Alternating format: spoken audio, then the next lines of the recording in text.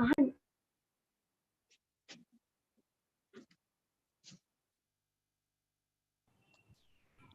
Hello hello దొరా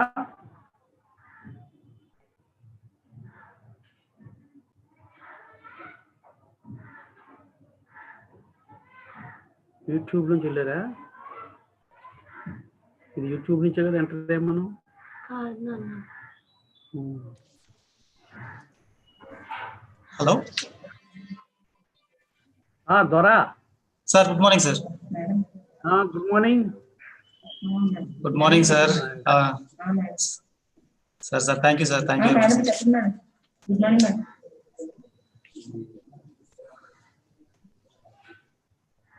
sir okay కదా sir? Hello sir. Okay hello sir, అంతా okay కదా? Hello madam. Hello sir. Sir are you audible? Hello sir audible? Audible audible. Okay sir, thank you sir, thank you very much. Madam ji good morning. Good morning sir. Good morning. नमस्ते. Very good morning.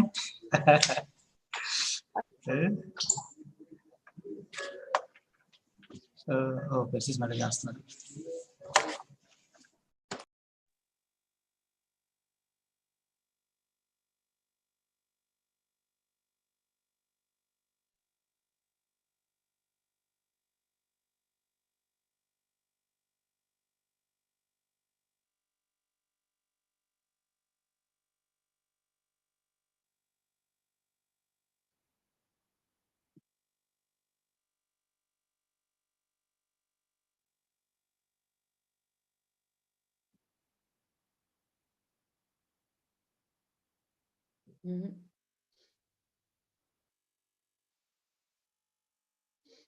Everything is okay, sir?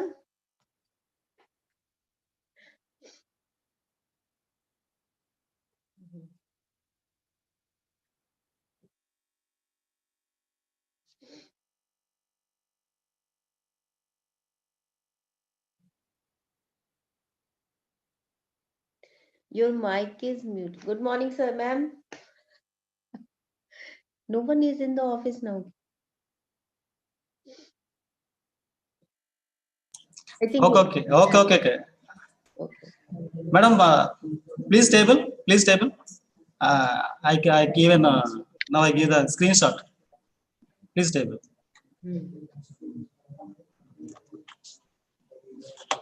Wait, just now it is Okay, taken.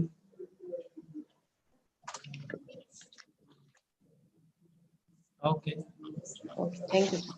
I taken. Okay, see, be ready. Okay, Okay, sir. Okay. be ready. Madam, you can change your name. Actually, your name display by my name. Okay, I change it.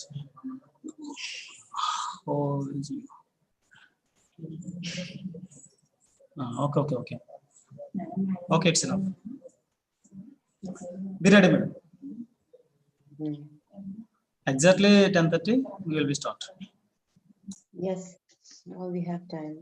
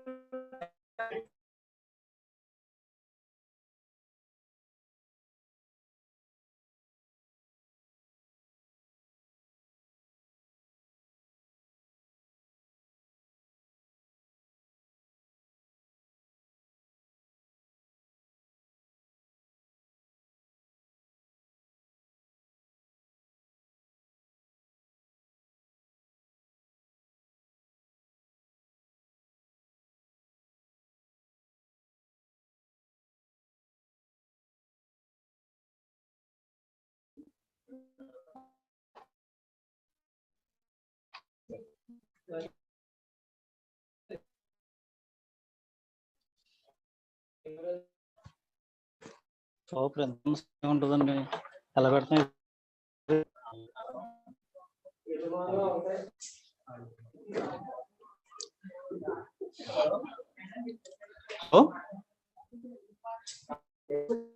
Hello నియోజకలేదు sir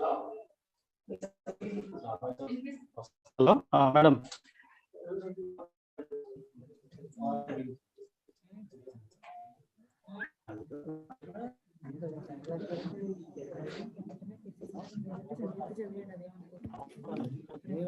ఒకసారి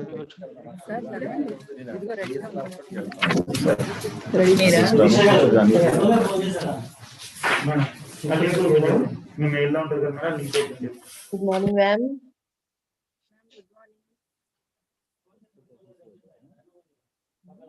Ma'am, am I audible? You are audible, ma'am.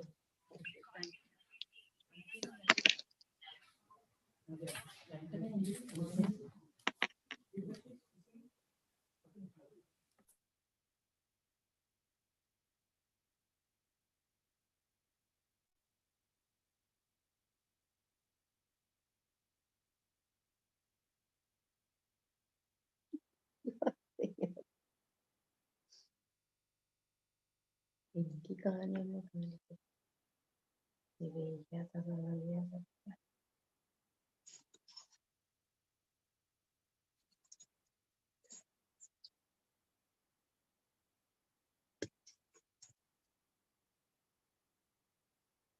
Math तो पढ़ लेंगे लेकिन है कहाँ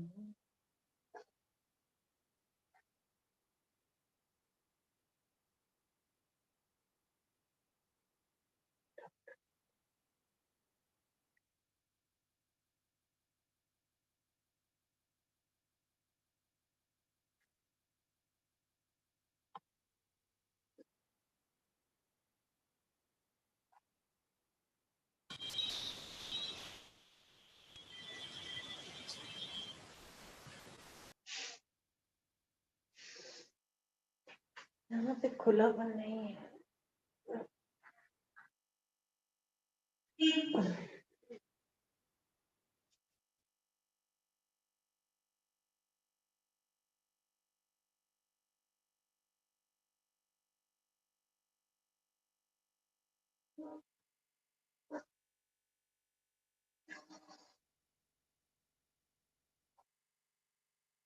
వాళ్ళ course coordinator లేరు.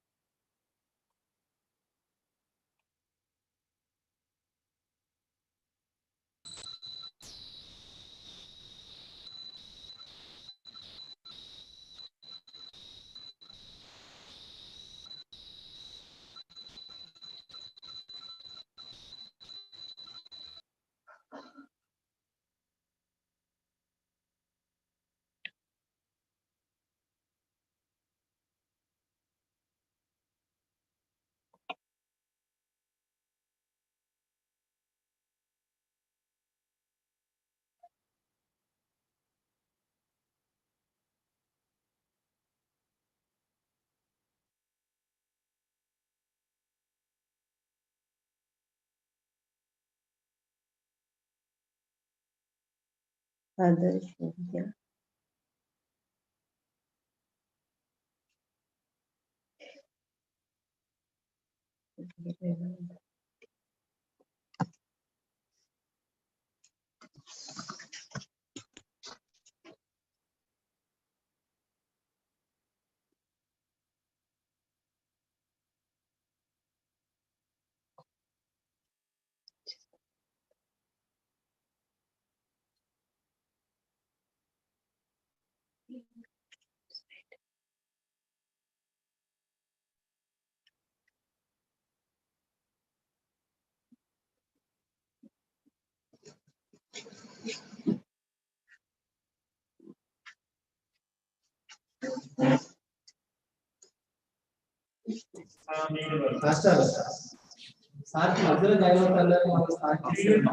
Sir, good morning, sir. Albing, sir.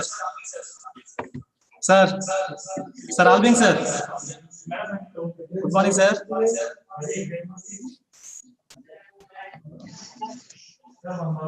Sir, Carl Albing, sir, from USSCA. Good morning, sir. Good morning.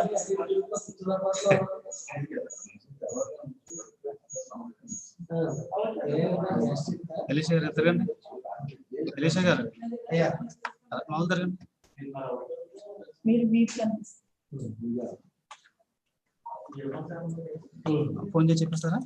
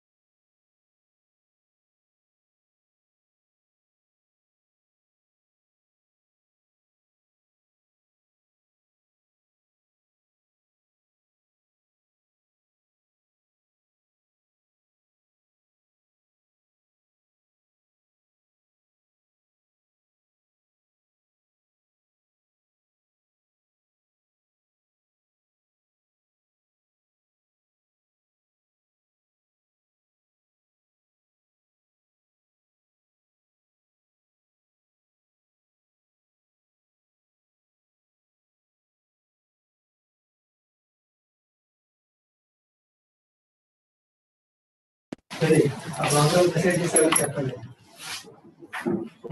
రావట్లేదు మళ్ళీ జాగ్రత్త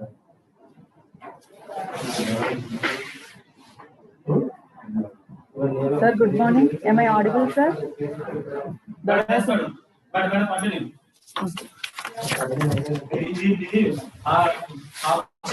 చేశారు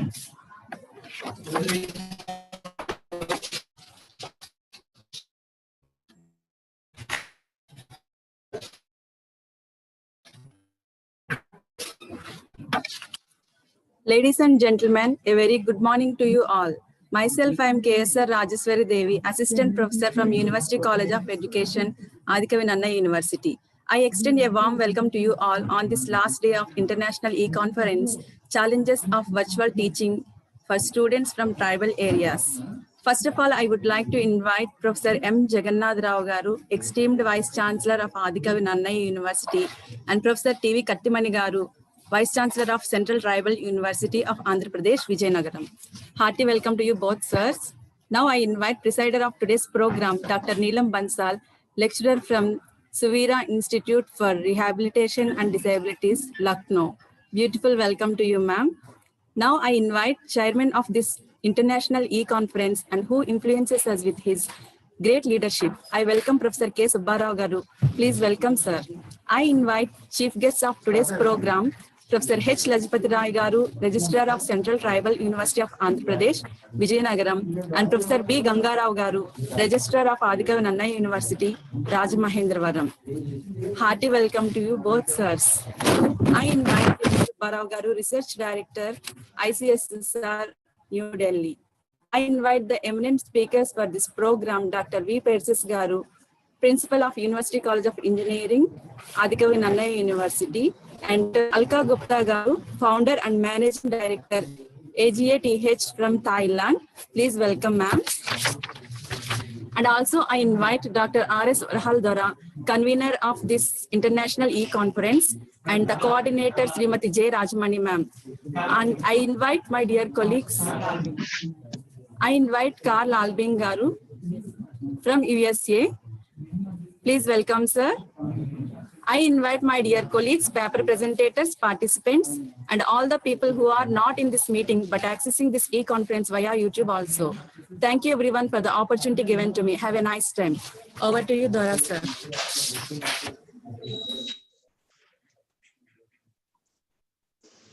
Madam, Dr. Bansala, madam. Okay.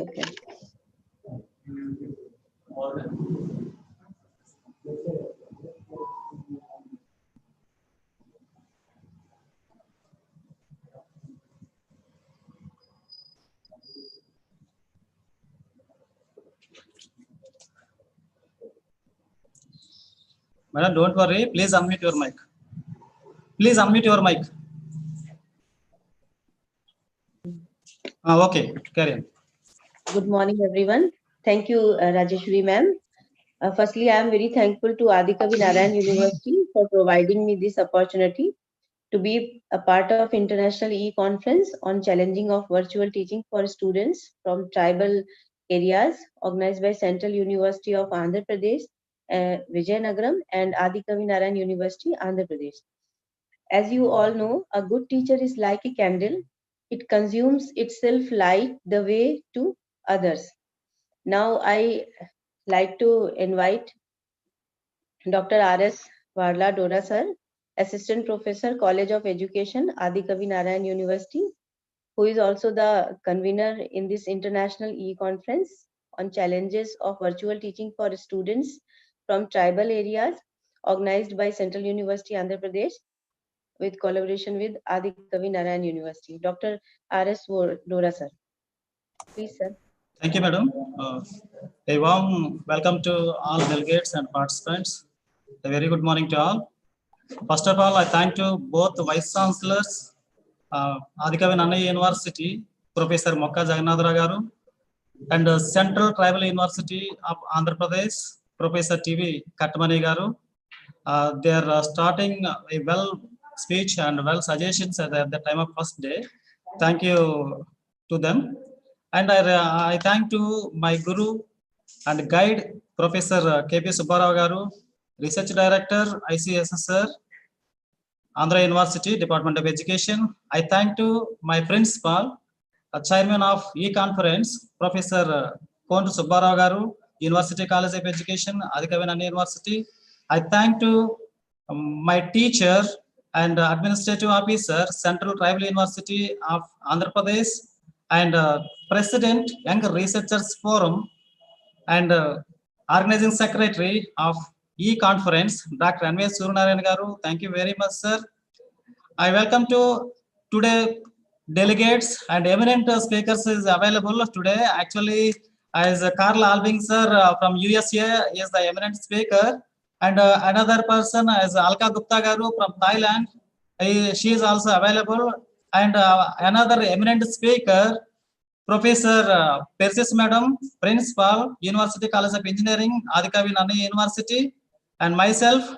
And I thank to my colleagues and coordinator of E-Conference and all the participants and delegates. Thank you one and all. Thank you very much, madam. Over to Neelam, madam. Madam, please unmute your mic. Please unmute. Okay, right. Okay. Thank you, sir, for your warm welcome to all of you. Actually, I want to invite Madam KSR Rajeshwari Devi for introduction speak as an introduction speaker, Assistant Professor, University College of Education, Adhika Vinaya University. Ma'am, please, over to you. Actually, madam, actually, dear participant, please recognize actually small changes. Dr. M. Gopal Krishna sir is introduced to our eminent speaker, Persis madam. Sir, Dr. Gopal Krishna garu, please invite sir, please introduce to her. Okay, sir. Okay. Audible, sir? Yes, sir.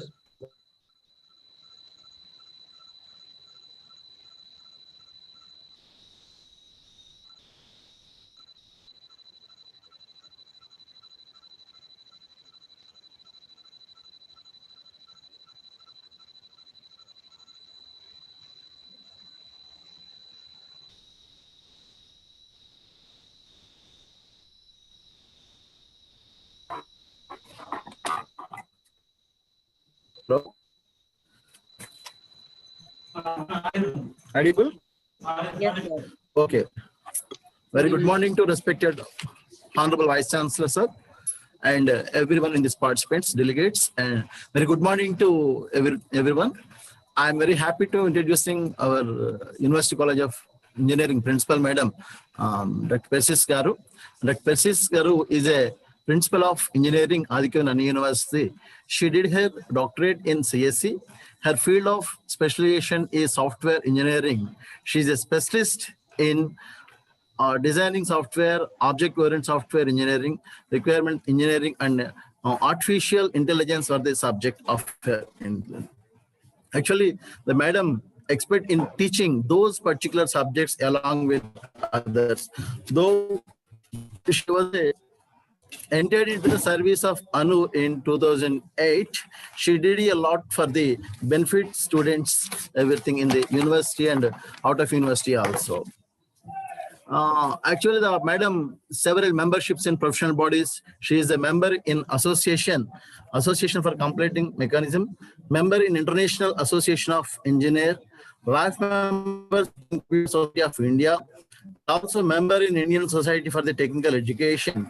She acts as convener of PG Integrated Board of Studies in Computer Science and Engineering from May 2017 to June 2018. She held administrative positions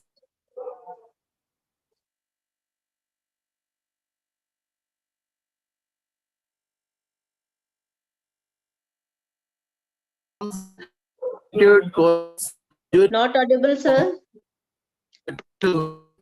Sir, it is not audible, sir. Vasunda, sir? Sir, Hello? not audible, sir. Vasunda? Okay, madam. Okay. Present? Audible? Okay. Honorary Director of Exams and Graduate Courses in October 2013 to August 2017. and also acting as a principal, the present Adhikavi Nanna University Engineering College. She organized so many seminars, workshops, refresher courses, and also, and she had several publications, repeated national, international, and very, very great impact factors also. And the madam also got some more awards.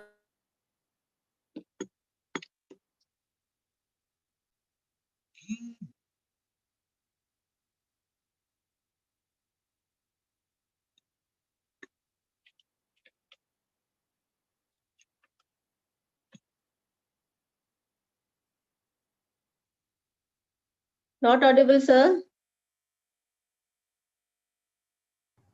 Gopal Hello? Krishna is not audible. You are not audible. It is. Gopal Krishna. Once again, we are very thankful to very thankful to Dr. Persis Garu in this conference. Please come, Madam Garu. Sir, sorry for the small technical glitch. Am I supposed to start now? Gopal Krishna, sir. Hello, sir. Am I audible? Yes, Madam, audible. Okay. Okay, madam. Thank you. President of this program, Dr. Neelam Bansal, Chairman Professor K. Subbarao Garu, Convener Dr. R.S. Varahaladora, faculty colleagues of University College of Education, and my co-speakers and Professor K.P. Subbarao Garu from Andhra University, and international speaker Dr. Carl Albi, and other participants who are connected from different locations.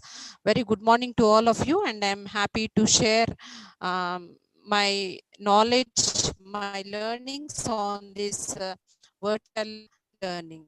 So let me share my screen.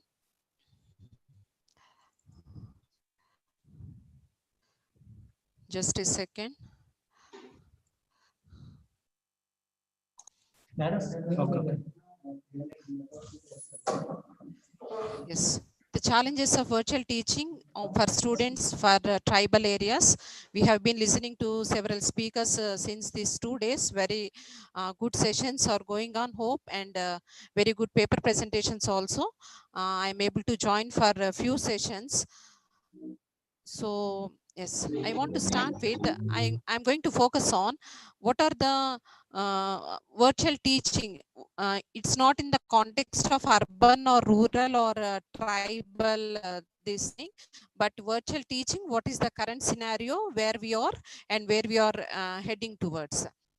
So all of you agree with me that technology has become part of our life. I want to just show you some pictures supporting this.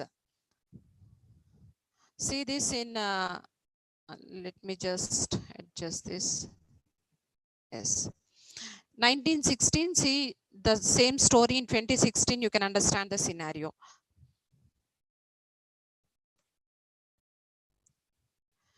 And this is another interesting picture I captured from the internet. I got it from Google Images.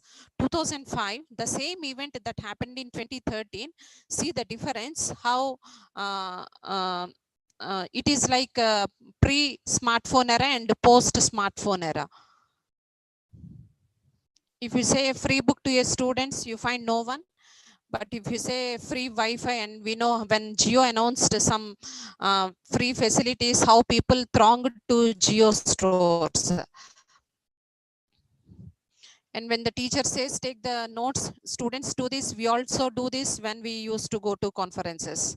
So we switched from this notebooks to screenshots. And this we can say the 3 biggest fears of our generation. It's not even Corona. So if you don't have a Wi-Fi, if your battery is down, or if you are not able to download a file, you don't get a message from the intended person in time. So it is like, that is the reason the new word called nomophobia is coined, no mobile phobia. So what I want to leave you with the impression that technology has creeped into, grabbed every sector, but when coming to education sector, we are still following the same style. We are still in the 14th century classroom. So this is one of the pictures I got it, 14th century classroom. A teacher is like a sage on the stage. Just a second.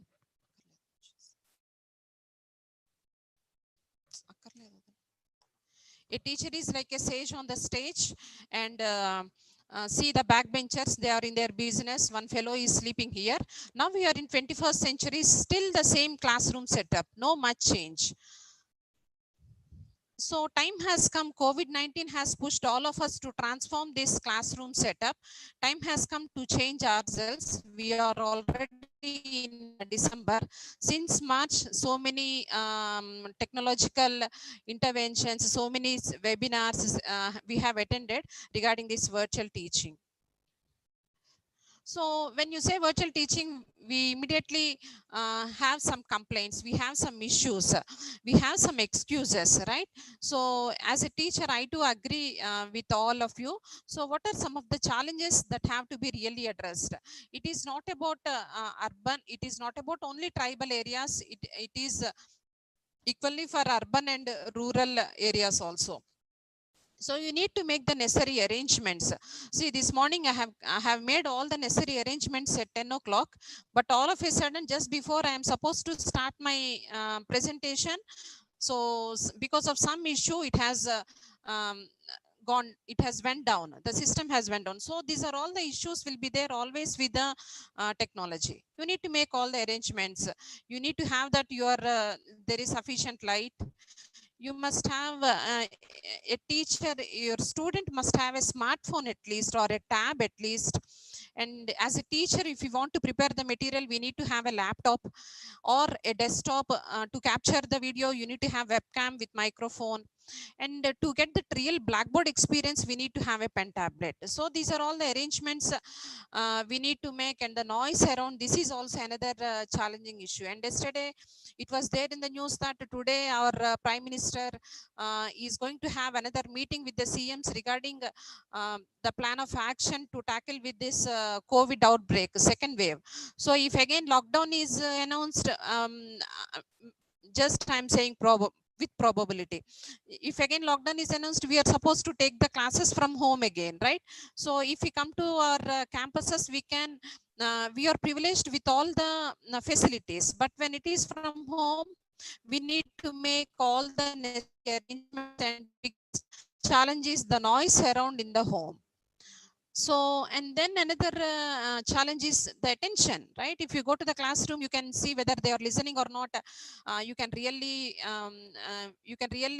that is very interesting, right? The face-to-face communication.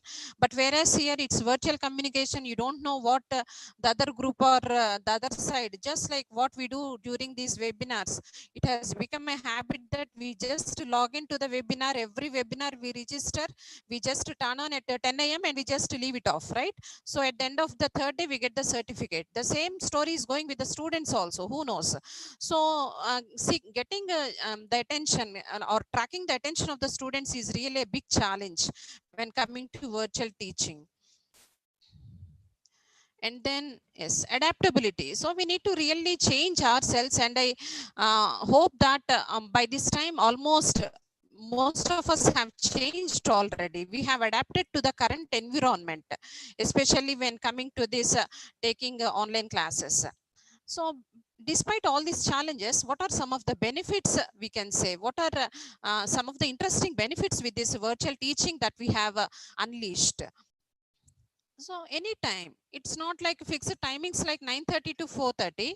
It's like anytime you can record your lecture at 10 p.m. You don't feel like sleeping. You can wake up and record a lesson for your students and release it to your and release the YouTube link to your students.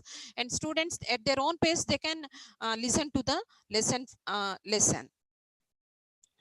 any place. It's not a fixed place. So that is the reason now we are able to conduct all international conferences only. So very easily we are able to connect everyone because of this virtual platform, right? Otherwise, how difficult it is, you understand, to the organizers to organize international speakers and all. So this is one of the biggest benefits we have explored through this virtual teaching. We are able to get all persons with potential for these webinars and all. See, this is from yesterday's Hindu newspaper. When a girl attending online classes at a makeshift living place at the Singhu border. You know, farmers are protesting in Delhi for their for the new farm laws against them. So whatever the parents are engaged in, the girl is in her business attending her online classes. So place is not a constraint. Any device, it may be a laptop or a desktop or a tab or a smartphone, you can just log in and get connected. And this is another interesting, you can perform any operation in the classroom. Once the lecture is delivered, it is done. But whereas here, you can rewind, you can fast forward, if you don't want to listen, if you want to listen it at a speed of 2 times, you can quickly listen to the lecture. So these are all the advantages. If you don't want, you can stop it also. So you can, if you don't want to see the face, you can just turn on video mode, just listen to the audio. These are all the benefits I can say. And any picture also, your own convenient place, at your own convenient posture. So in a very relaxed mode, you can just listen to the lessons. So these are all some of the benefits. And any student also. Now the student is not confined to the 4 walls of the classroom. Not my 30. Not now my student strength is not 60. I'm a teacher for the globe. All the students across the globe, whoever is interested to listen to my get the knowledge, gain the knowledge, they can get it, right? So any student. So everyone is a teacher now. So even our students are privileged to listen to the great people from premier institutes like IITs. If you take India, if you take across the globe, let it be Harvard University or Blacking Institute of Technologies, Oxford. So everyone, so this is the privilege we have got with this virtual teaching. But finally, I want to say that technology is not totally going to replace teachers. There are many benefits, but teachers who use technology will probably replace teachers who do not. So time has already come to for every teacher to have this technology, the advantages of this technology. Though you are reluctant earlier, but now even the state government of Andhra Pradesh, every week they are asking for reports. So how many classes, whether it is online or offline. If it is online, they are asking for the link also, the link of the lesson you have delivered. So it is like it is high time for every teacher across the globe to start using this technology, not just computer science alone. You may be an arts teacher, you may be an science teacher or a Hindi teacher, any subject you are. So you are just pushed into this virtual teaching. So I can say that COVID-19 has pushed all of us. I don't mean to say that COVID-19 is the best thing. No, even yesterday Time magazine has announced 2020 as the worst year. It has marked it. But one good thing we have explored this year is we have transformed our every one of us have adapted to this new technological setup. And now what we are doing now, where we are meeting now, we are meeting on Google Meet. Today we are on Zoom. We know Jitsi, Zoom, GeoMeet, Cisco WebEx, Microsoft Meet, etc. These are all video conferencing apps. So we know them and we have started using them. They are there already since years, but we didn't explore them. But because now the need has arisen, we have started using them. Now, what is our classroom? Now, my classroom is not the physical, the 4 walls.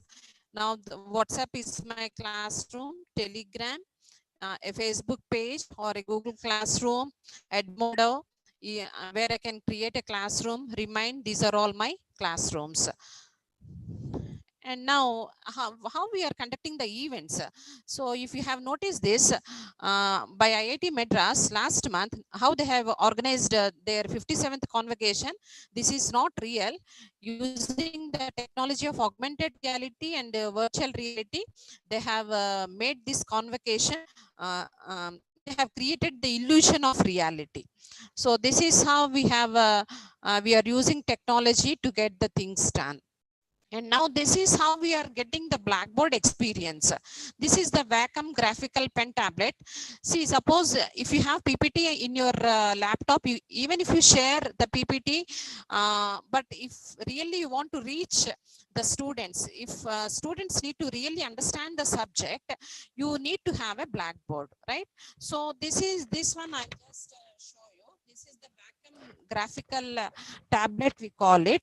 This costs around 9,000. There are other products also there in the market. You can see this. This is the front side, and once you purchase this, you have to connect it to your computer using a USB. Then you have to install the necessary drivers. You will get the real Blackboard experience. See, suppose this is graphical pen tablet. We call it as graphical tablet. You just find it. This is for Blackboard experience. Okay, so this is how you can use this graphical pen tablet to the Blackboard experience. Zoom says that we have the Blackboard, some other tools there, but they are not really helpful. With the mouse, you cannot get that real experience, right? So this is one that is in high demand these days. In digital classrooms also. And exams, no more invigilation duties. Now all exams, today I received a circular that first mid exams are to be conducted online. So we have several tools, we have already stored them and we are using them. So Kahoot is one such, class marker is there, Ekalavya is there, some are paid, some are free. So if they are free, they come with limited features. If they are paid, you get the complete set of features. You can explore them and you can use one of them for your institutes. And recently our university for Kerala students, they are there, some 240 students were stuck there in Kerala. Finally, degree exams have to be conducted. Our Vice Chancellor has initiated, has taken up that responsibility and initiated to conduct exams through online for those students. And our examination section successfully conducted online exams for those students. And the service they hired is CoCubes, where you can see the students online, you can track them, invigilate them, they are not supposed to open other tabs, so many features. So every product has its own set of features. Some common features will be there and some extraordinary features will be there. Based on our requirements, we can use any one of those tools. And now we need to, yes, when we are with many complaints, when we are in the comfort zone, saying that I don't want to use the technology. So we have so many complaints if we don't like it. So this is what is happening now. I want to show you some teachers. They can be given, they can be called as teachers of 2020. So really inspiring and motivating. So this is a chemistry teacher from Pune. See, she wants to, this is in the March of June, I think. So she wants to reach her students. See what kind of arrangement she has made her to reach her students. And now this is also from NDTV, Subrata Pati, a history teacher from Bengal. For better network connectivity, he has climbed onto a neem tree and he has arranged a platform also with some bamboo logs, and see his interest, passion to reach the students. And these are really motivating examples. And you might have noticed this. This is, I think, 2 weeks back, Ranjit Singh Disale from Maharashtra. So what is something special about him?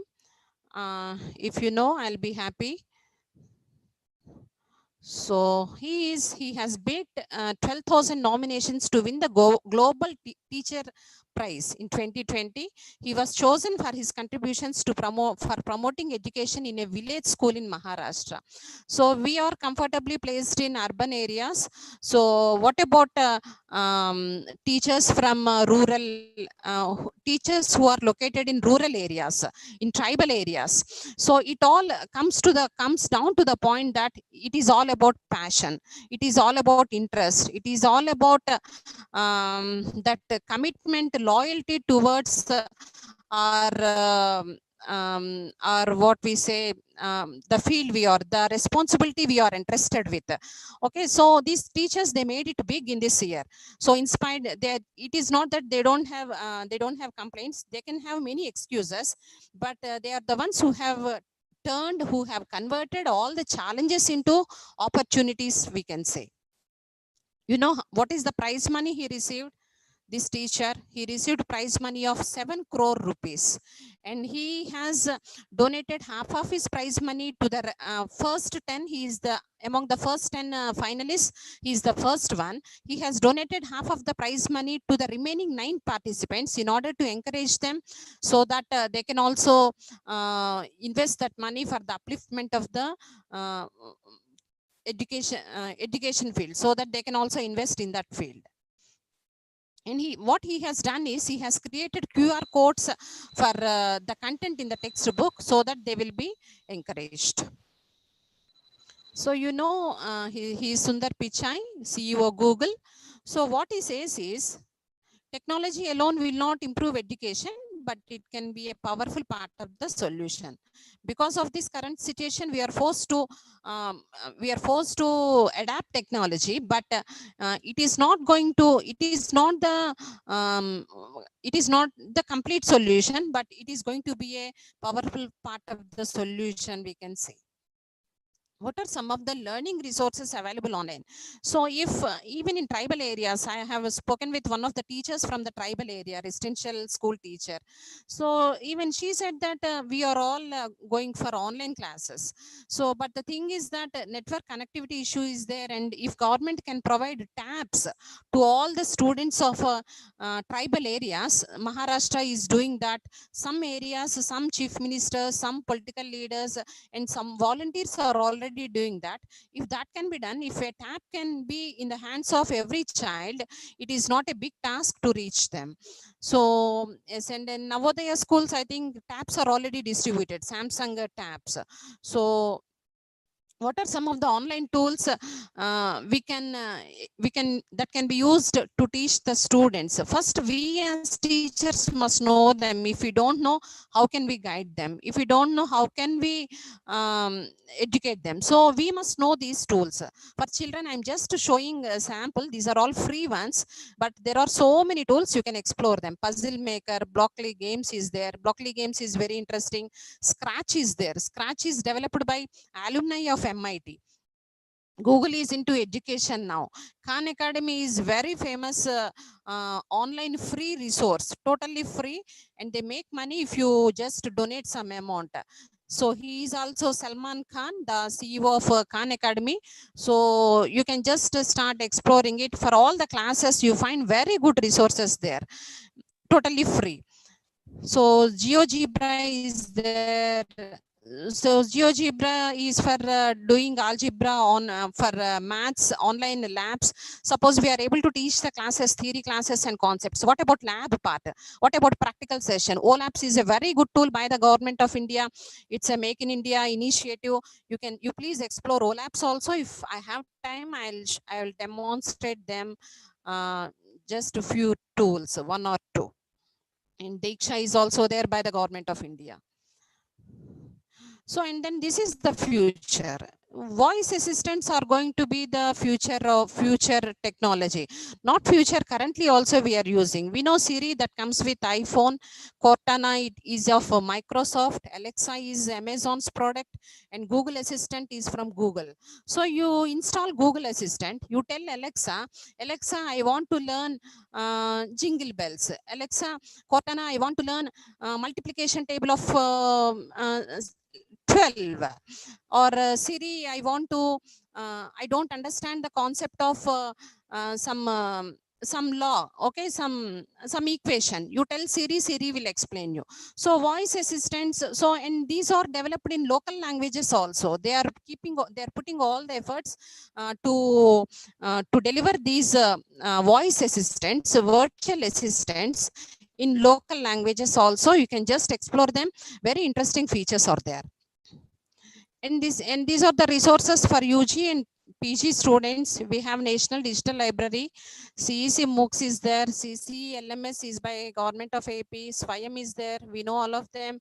EPG Pathashala, this is also there, and UGC MOOC. By this time, we have become familiar with all of this. From March, we have been working on all these tools. And for engineering students, there are some good resources like NPTEL, EDX is there, NPTEL National Program on Technology Enhanced Learning, very good program by Government of India. EDX is an international one. Udemy is also international. Coursera for Campus is international. FOSSEE is also by IIT Bombay, where you get open source tools and also labs for free. Virtual labs is also another interesting resource. You please explore it. We are using it for engineering students, where you can get them do all the lab exercises. Simulators will be there. So I'll just demonstrate one or two within the time given for me.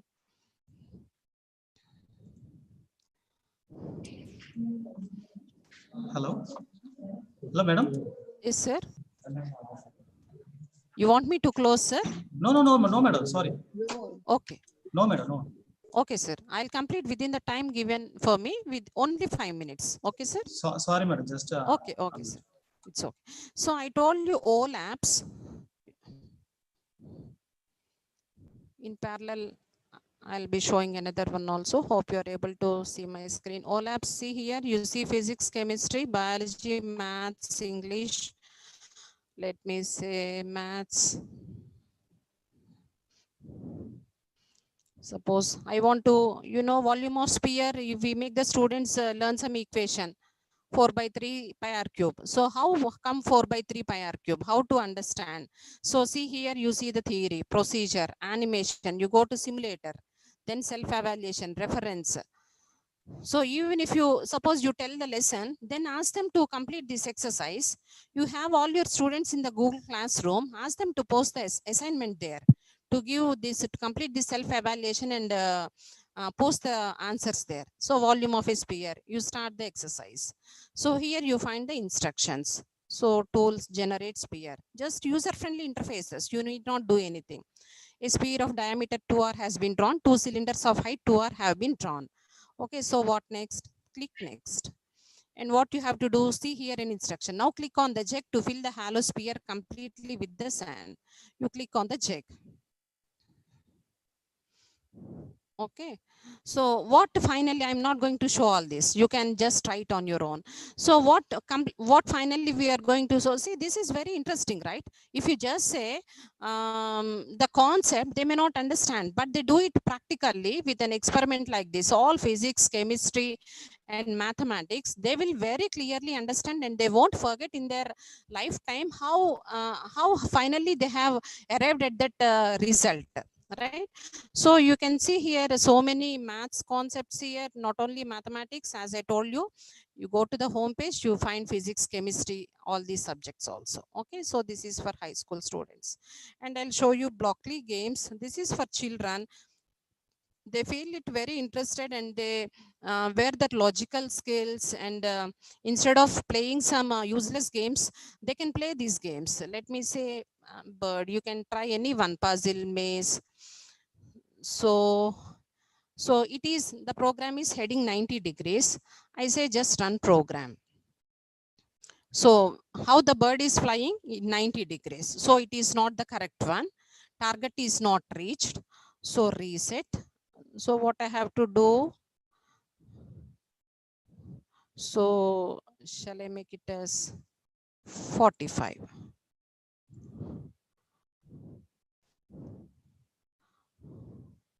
Okay, now students have come to understand that is 45 degrees, the bird has moved and it has reached the target. Now it is asking, are you ready for level 2? Okay, So it is a very simple exercise. If there is a worm, which direction it has to go. If there is no worm, which direction it has to go.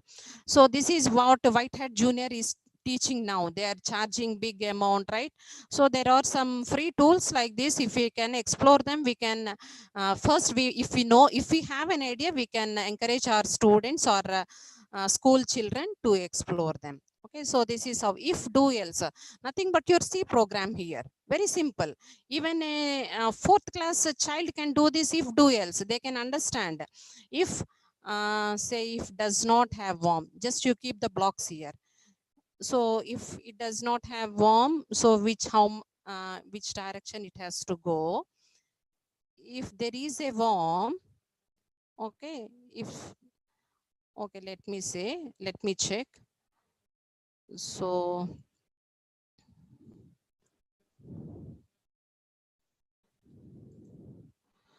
what it is doing, just to make you understand, if does not have worm, heading 90 degrees, no.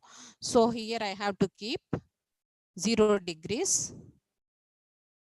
And here I have to keep 90. Reset. Yes. If it does not have worm, go 0 degrees. So else go 90 degrees. Okay. So congratulations. They feel that they have achieved something. Go to the next level. So this is how you can use these Blockly games. And then NPTEL, not NPTEL, virtual labs.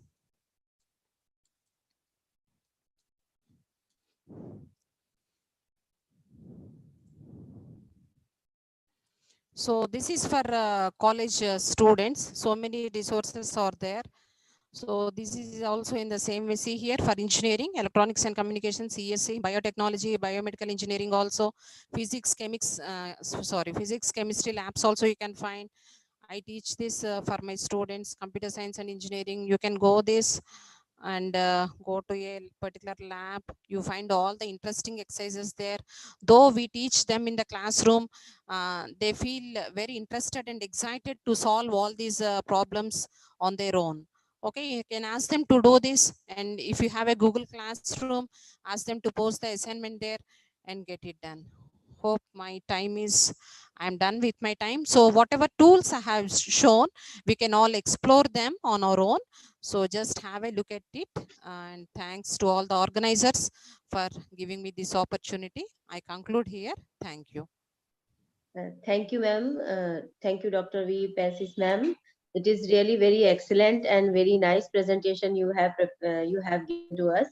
As you tell that technology is the part of life now, and technology can never replace the teachers. And you suggest so many apps and so many technological games and all for students. It's really very, very nice.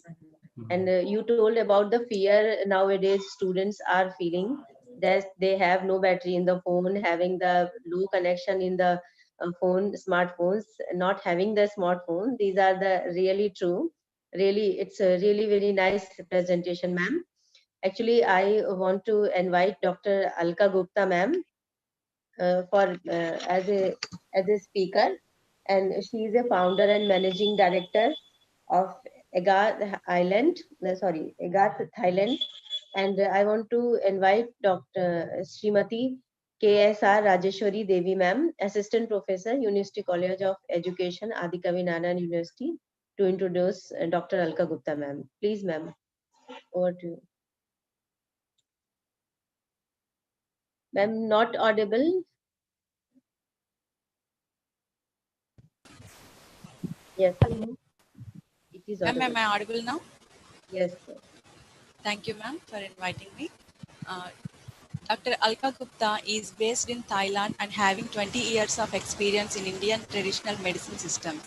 She specializes in therapeutic Ashtanga Yoga, driven by her strong sense of conviction to heal the world with Indian traditional therapies like Ayurveda, Yoga, Naturopathy, Panchakarma, Ayurvedic diet, acupressure, and other nature-based therapies. She has cured thousands of patients with her unique personalized integrative treatment cards to cure methodology. She is founder director of Agath Healthcare, which means Alka Gupta Academy of Total Healthcare. She holds many international honorary posts. She is expert with World Health Organization, country coordinator for International Naturopathy Organization, Thailand. She is a global advisor and health panelist in National News Channel, Hindi Khabar, columnist for many international health magazines and newspapers. She is faculty in cultural relations and overseas head of South Asian countries with Ikshvakupuri Research Foundation, IRF. She is director for Bangkok International Vegan Alliance, executive editor, health and nutrition, Corporate Insight magazine.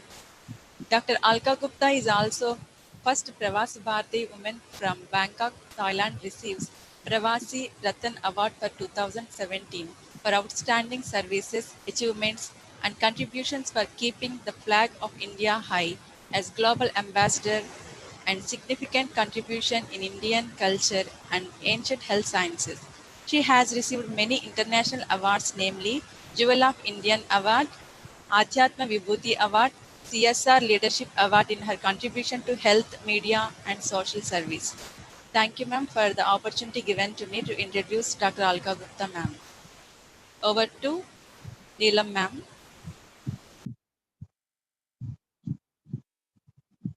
Hello. Thank you, ma'am. Dr. Alka Gupta, ma'am, please.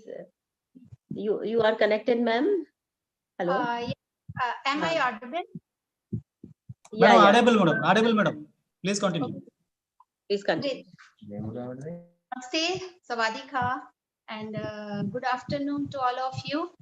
First of all, I convey my thanks to organizers, both universities, Mr. Dora, and Dr. Neelam too, who they approached me for this conference, and constantly they guided me for each and every step. So I thank both the universities, dignitaries, vice chancellor sir, and other professor, and thank you for giving my brief introduction. So first, when Dr. Dora approached me, then I asked him that I think I'm not the appropriate person for this conference, as I'm into this medical field, and virtual this education for tribal area students and all will not be appropriate subject for me. But anyhow, I will try to give something out of box, but definitely it will be for tribal people, not for only students. It will be for holistically for tribal community as a whole. So today my talk, some may think that it is out of box or not related to core theme of this e-conference, but definitely it will be for whole tribal community, for entire Indian tribal community. So being in Thailand, as I'm in Thailand more than 1 decade, approximately 12 years.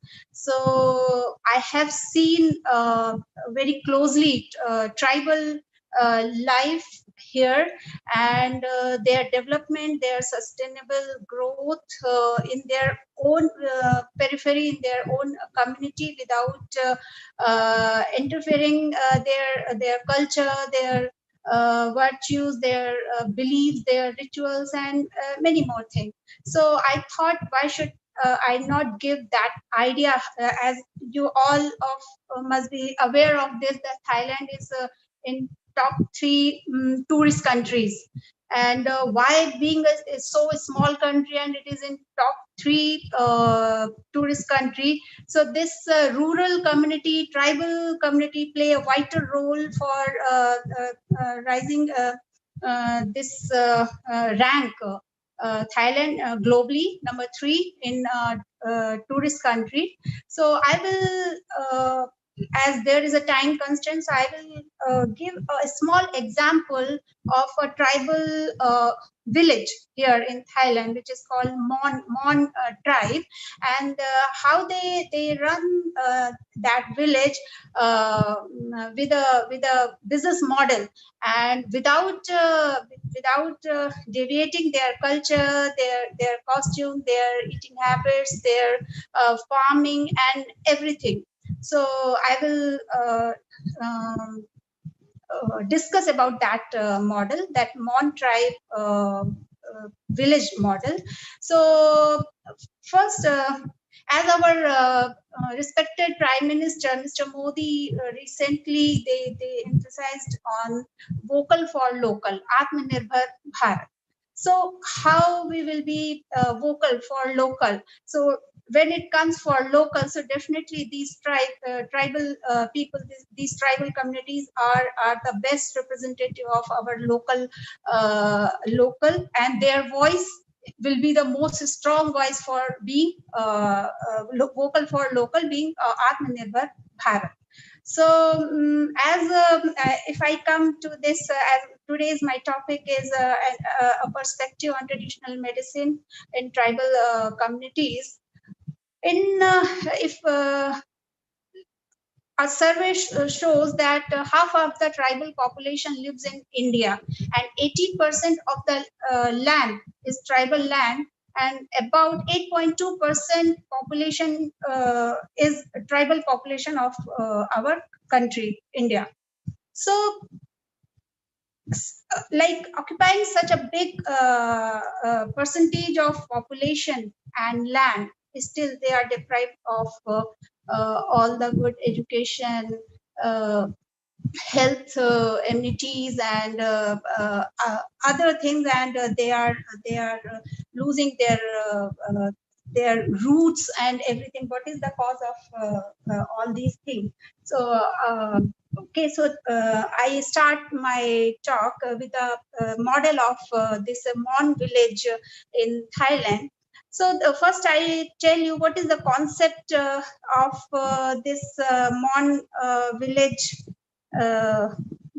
Okay, this is called River Kwai Jungle Raft. River Kwai, this is a river named Kwai, and jungle raft means this is a village in a mountain, and there is a floating hotel on this River Kwai, and this is run by Mon tribe. So this concept was established about 45 years back by a British person in Thailand. So what he thought of, he thought of a floating hotel on bamboo, it is made of bamboo trees, and run by Mon tribes. So whole staff is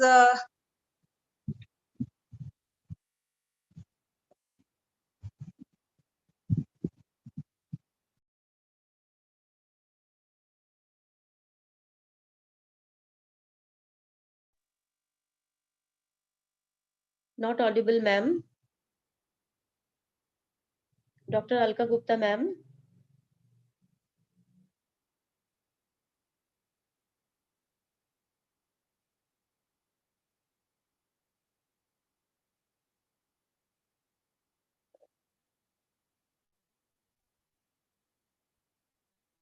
Hello. Dr. Alka Gupta, ma'am, it is not audible now. I think due to network connectivity, we are unable to see her. No issue. Now this is time to warm welcome to Dr. K. Subba Rao, sir. Now he is in the conference.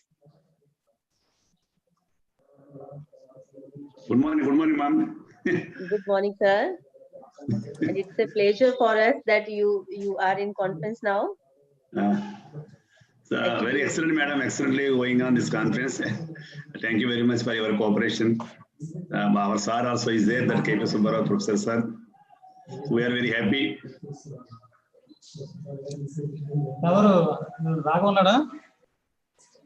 I think there is some connectivity problem, sir. So Madam, just wait. She is trying to join again. Okay, sir. We are waiting.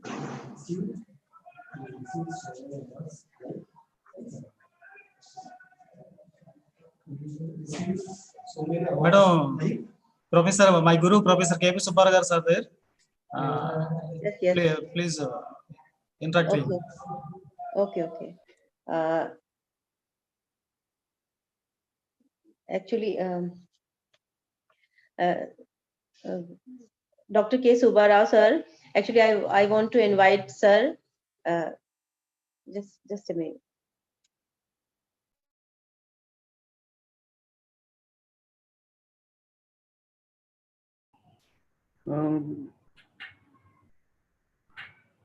Hello, Subbarsal. Hello. Now I am audible, sir. Yeah, audible. You are audible. Okay, Very okay. much. I like to invite Professor K. Subbarao, sir, who is the principal in College of Education, Adikavi Narayan University. Please, sir, over to you. Hello.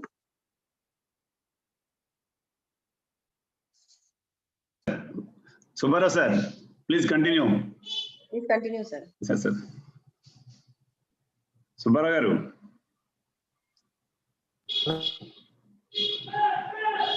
KP Subbarao sir, sir, please continue your.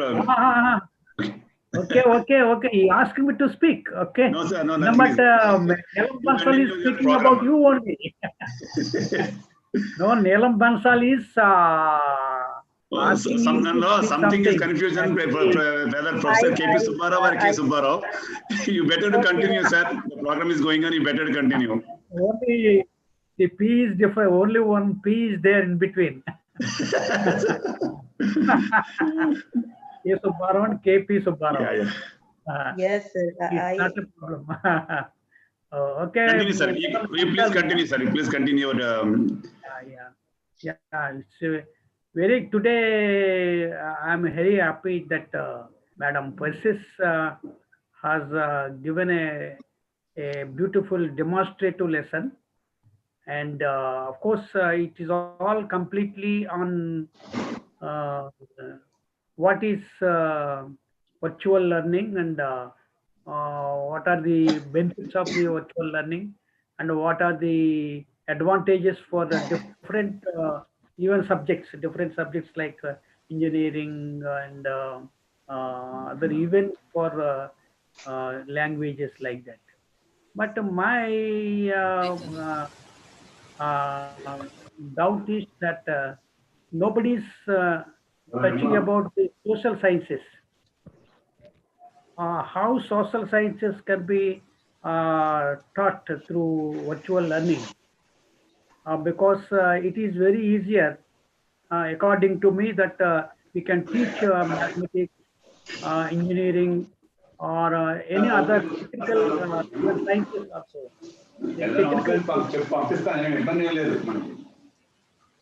అంటే మొన్న ఏమైందంటే మొన్న నాకు ఇది అంత confuse అయిపోయి ఇది ఉన్నలుగా నాకు ఇది కావాలని చెప్పాడు దేనికి మీరు అడిగారు కావాలని చెప్పారు మీరు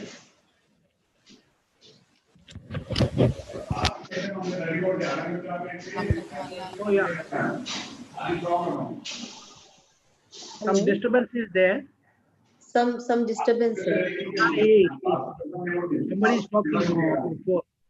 అది అసలు లేట్ అయిపోయింది నేను కావాలి ఏగా చెప్పారు పాస్ ఆధార్ కార్డు పాస్ మనకి ఇప్పుడు అడిగా ఉంది కదా చూసుకొని చేస్తారు. Yes. And the subjects like social studies and humanities, and those subjects should be also taken for consideration. That how to we teach those subjects, particularly social sciences and humanities, through virtual learning. So.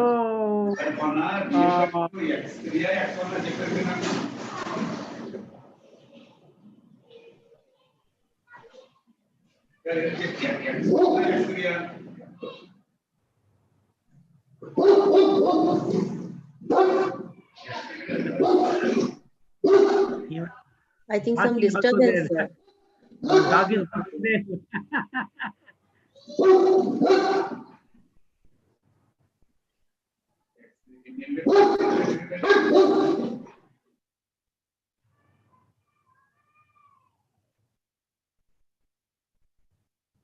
The dog asked me to stop it, I think.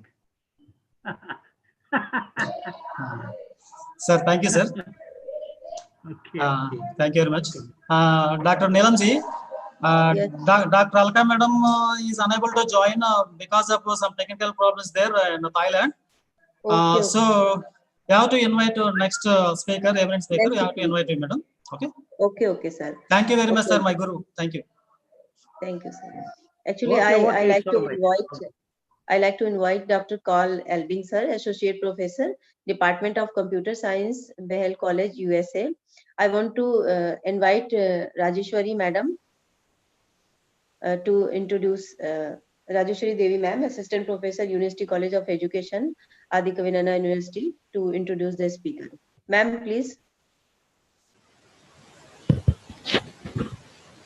I take privilege to introduce Dr. Carl Albing, who is Associate Professor of Mathematics and Computer Science, Bethel University, Research Professor, Naval Postgraduate School, Interim Technical Director, Data Science and Analytics Group, Distinguished Visiting Professor, Computer Science Department, US Naval Academy, Co-founder and Co-Director, Center for HPC Education and Research, US Naval Academy. Sir completed his PhD Computer Science. Research area is HPC Systems, University of Reading, UK in 2012.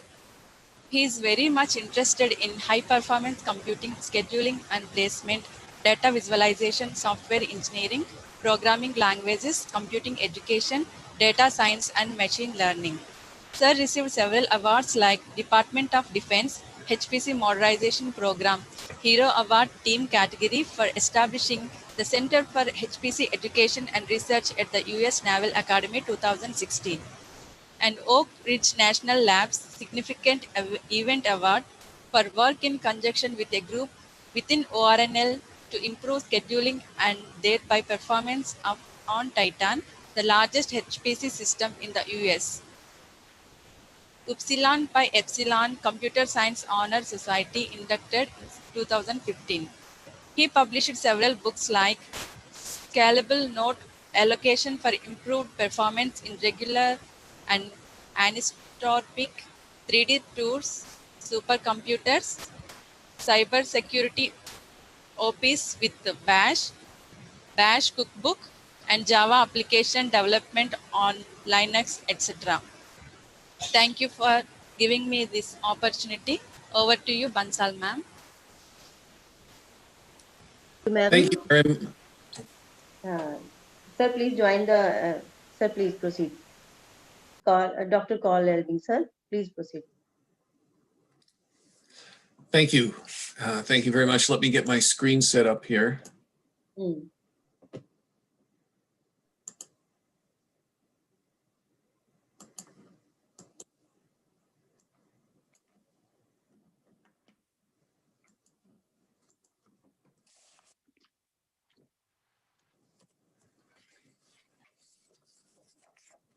There we go. Yes, sir. It is visible, sir. Okay, good.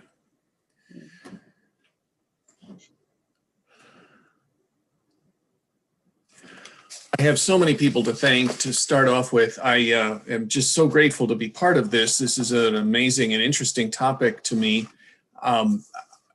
Because of my American accent, I won't attempt to try and pronounce these wonderful names, but just simply thank these wonderful people, the chief patron and the chief guest, who are vice chancellors of their respective universities. Thank you to the patrons and to the chairman, to the organizing secretary and to the convener. Thank you to the coordinator, and a special thank you to the many speakers that we've had and to the many teachers who are listening.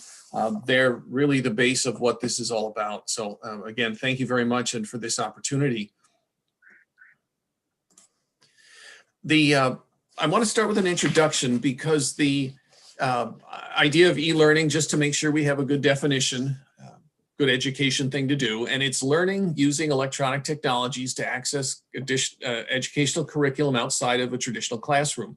Why would we want to do that? Well, we already heard some speakers speak about this, and certainly bridging that gap, that spatial gap, whether it's measured in miles or kilometers, that removes the teacher from the pupil. It frees us up from that dimension of distance. similarly with time, again, as our previous speaker talked about, the need to be there in the classroom at the same time that the teacher is now removed, and we're much more free there, and it frees up that gap. So we can reach people farther away, we can reach people at different times, but we can also bridge this gap of economic or social distance between groups. And this is a very important piece of why e-learning can be so significant.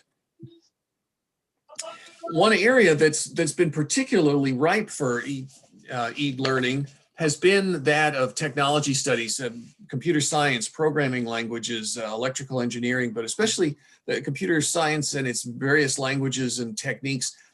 Whole companies have been started around that. Again, as Dr. Persis explained and named, many familiar company names. If you're at all familiar with this field, the Code Academies, Udacities, Khan Academy, and so on, LinkedIn Learning. The universities are making their materials free often and providing them through a variety of different sites, and then just even informal websites, things like W3 Schools that does an excellent job of teaching the basics of a lot of various computer technologies, or the Q&A model that's used by sites like Stack Overflow, where experts are able to come in and add explanations that then get posted and voted on by others to say what makes for a good explanation and not. And those are wonderful ways to get at technical education, learn the bits and pieces that you need. But one curious thing happened in the midst of all this, which was the pandemic. And I wanted to say a little bit about what happened at my school when that happened, because what happened there was something that first shut everything down. Now the school stayed running, but it moved everybody online instantly. And of course, people were not necessarily prepared for that. So this semester, we had much more time to prepare for that, and at least a little bit more time, and use this HyFlex approach, which is a hybrid, flexible face-to-face approach that included both face-to-face teaching and online teaching. The materials could be done synchronously or asynchronously. We had social distancing in the classroom, which provided some interesting challenges. The classroom didn't look at all the same, with people all spread out and wearing masks. Some professors opted for the inverted classroom model, where you do the reading and the preparation and the lecturing, in a sense, outside of classroom.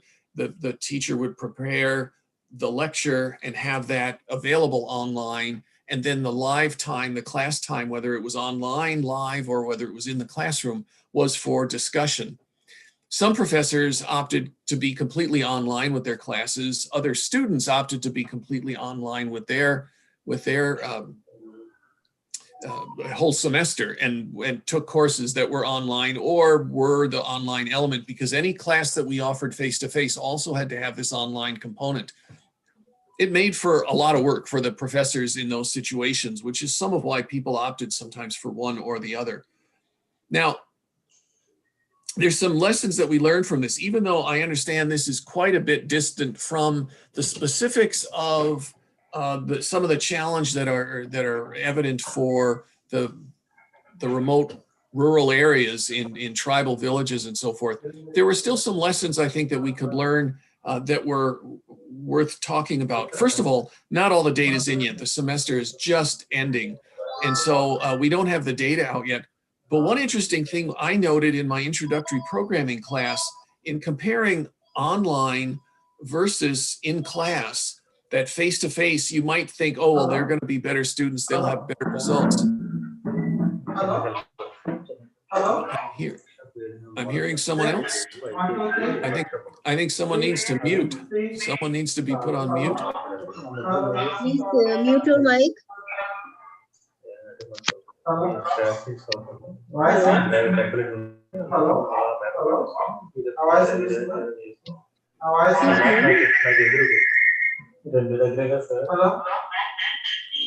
Dear participants, please mute your mic.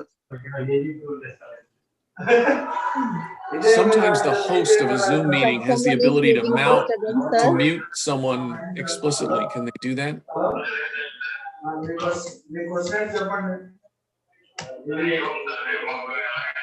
మీకు మేము ఏ విధంగా సహాయపడగలం? Daily hour basic programme చేస్తారు అందరూ basic గా మాట్లాడుతుంది. Hello ma'am. You ask them to mute their phones, you know. You ask them to mute. Bansali ma'am. There, Yalam okay. Bansal. I think we're quieter now. So what I was going to say was that one thing that surprised me in looking at the most recent exam I gave, I was wondering if the online versus in class would be a strong predictor for who was successful in this introduction to programming. And it turned out that it was prior experience with some technology, typically some other programming language, that was a much better predictor, and that even students who were learning online were doing quite well when they had had some other programming experience, even if a relatively brief one, say in their high school years. So that exposure to technology being a significant advantage to some students, it makes me wonder, will tribal areas then get any early tech education? There are things we can do in the early grades to begin to expose students to these ideas, and I'll talk more about that in just a minute. But it brought that to mind, and I thought, is this another one of those gaps between rural and urban education? Is that another one of those areas where we need to concentrate a little more attention to make sure that the tribal areas are not suffering from that?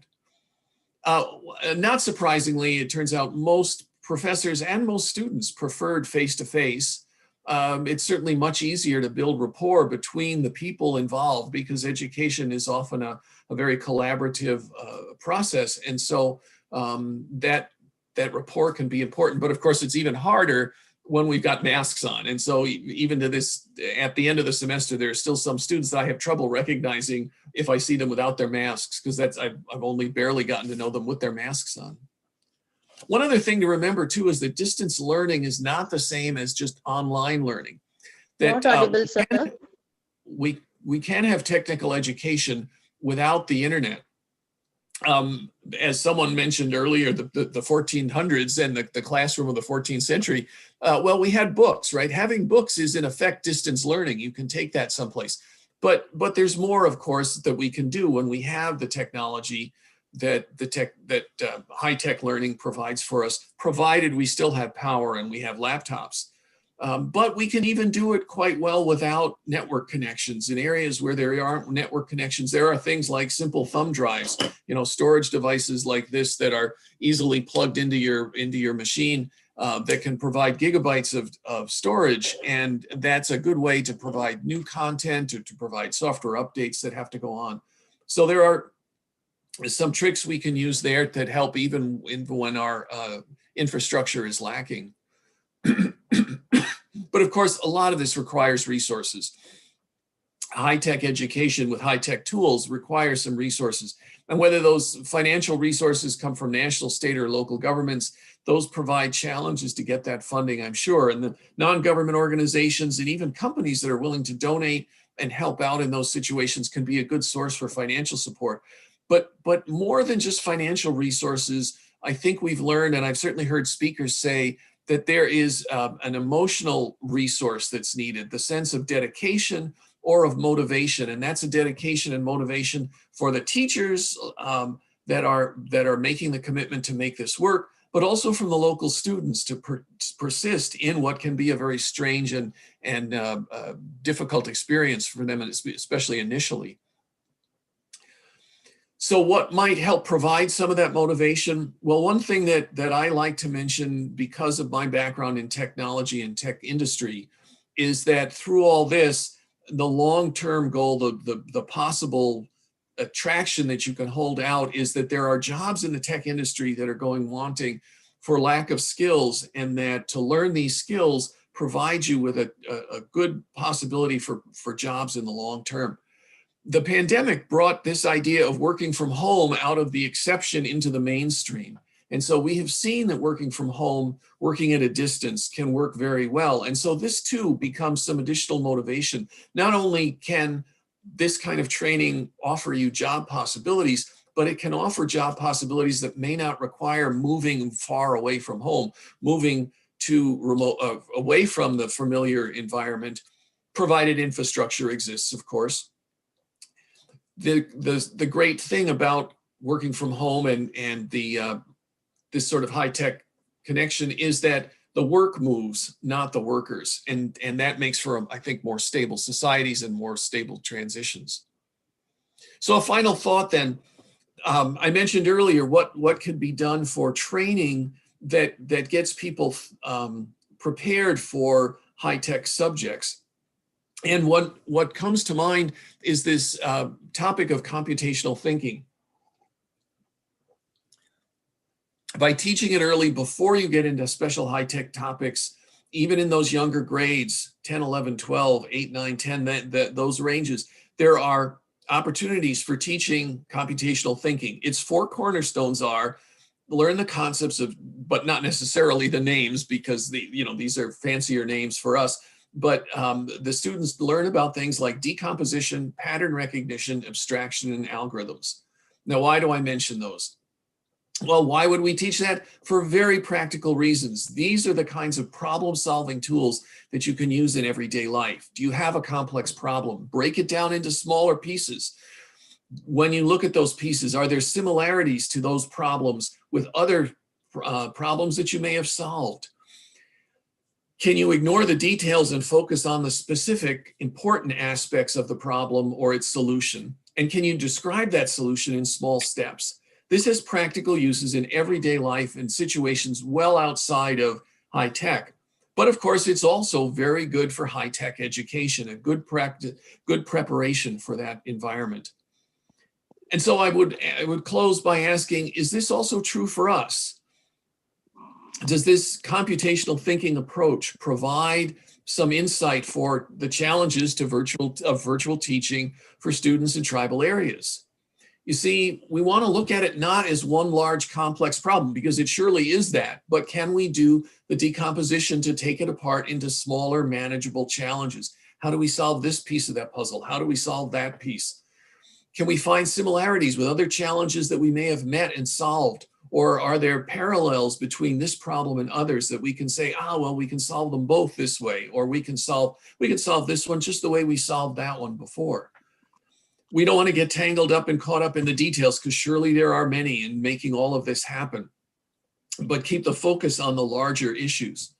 And can we take those first small steps? If the algorithmic thinking says, well, we have to do this before we do that, can we do that and know which problems to tackle first and tackle those in small but attainable steps? And I think we can. I think the crisis with COVID had shown us that we can make changes, we can make them rapidly, we can be flexible, we can adapt to changes in our teaching, and we can bring, and through that we can begin to improve the lives of our students and even the lives of the teachers, offering new tools and techniques to reach the students we so do want to reach. So we, and you especially teachers, are on the cutting edge of transforming our education and transforming the lives of our students. I thank you so much for this opportunity to share these thoughts with you, and I wish you well in all these endeavors. Thank you. Thank you, sir. Actually, sorry for disturbance which was created in between, but it was really very amazing presentation you have given now. As you told that the e-learning, it is out of the traditional classroom. Now we are thinking out of the box. This is a basic question. Are we ready for this or not? This is not, we are not ready for this, but we have to do this. And motivation is also important, as you told, that we are doing working from home. Work moves, workers are not moving now. So it is really very nice. Thank you very much, sir. And next presenter is Dr. Dora, sir, who is the convener of this program. Dr. R.S. Mahala Dora, Assistant Professor, Department of Education, Adi Kavi Narayan University. He is marked as academic, research, human resource development, administrative, and also demonstrated leadership and innovation skills. Sir has excellent commitment, sincerity, and perseverance skills. Dr. R.S. Dora holds a PhD degree in education, also having MPhil in education and master's education, psychology and sociology also. Extensive experience in all range of national and international government and non-government organizations, grassroots and high level of management for both academic and service delivery aspects of related to scheduled tribes, passionately driven to empowerment, inclusion, quality of life, and empathetic services for individuals belonging from scheduled tribes, and extensive experience in the field of scheduled tribes, especially in secondary and higher education and rehabilitation and academic perspective for the scheduled tribes. Dr. Dora has so many paper publications in various peer-reviewed national and international journals, and also presented several papers in national and international seminars, conference, and workshops. And he is also as a resource person in national and international level programs. He is a keynote speaker, special lectures in various national and international level events and organizations and universities. And Dr. R.S. Dora is a founder of Tribal Rights Forum and also an advisory member of various national level professional and association like NSS Program Officer, Indian School Psychology, Young Research Forum, coordinator in Green Club also. Including of this, he is also an editor and writer of various publication books, including course materials, self-learning material books, etc. And sir is also having the National Award of Excellence 2020, given by Global Management Council. And I want to invite Dr. R.S. Dora sir. Please, sir. Thank you very much, madam. Thank you, sir. Thank you very much. All both universities, Central Tribal University and Adhika Vi Nannaya University, is given a good opportunity to me to organize an international e-conference on challenges of virtual teaching for students from tribal areas. It is a great opportunity to me. It is interact with all the participants and delegates. I try to say my views and suggestions, particularly tribal educational problems and challenges of tribal areas. Thank you one and all. Actually, my topic is concerns and consequences of online teaching in tribal areas. Actually, already you saw in this picture, already you saw says about the concerns and consequences in tribal areas. Okay, introduction. Scheduled tribes was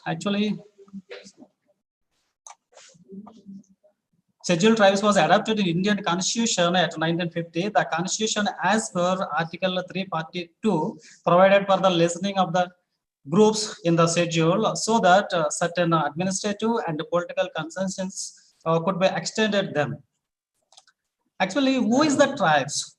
The Constitution did not define about the tribes. Hence, the Lokur Committee 1965 was recommended 5 certain criteria identified, namely primitive tribes, separate culture, geographical isolation, shyness of contact with the community at large, backwardnesses.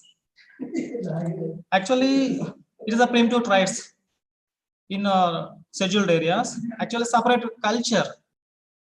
Well, what you say, local committee, actually primitive tribes as backwardnesses, separate culture and shyness. These 5 characteristics already so have the tribal area still.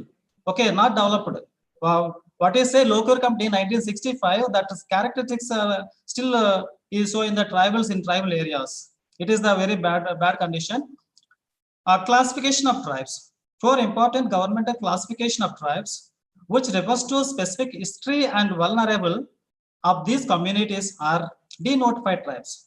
Denotified tribes is actually means in this sector criminal backwardnesses and criminal backwardnesses and that attitudes, that behavior and ancestry, the who have ancestry that criminal background, that's in denotified tribes. Another one is the notified tribes. As a nomadic tribes. In nomadic tribes, have not fixed habitats. not have fixed house, fixed address, fixed village. They always rotate to one place to another places.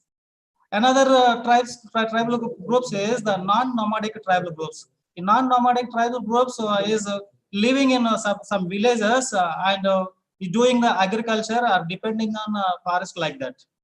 Another one is that tribes and particularly vulnerable tribal groups, PVTGs are primitive tribal groups. They are depending on is entirely forest. They are living in a thick forest.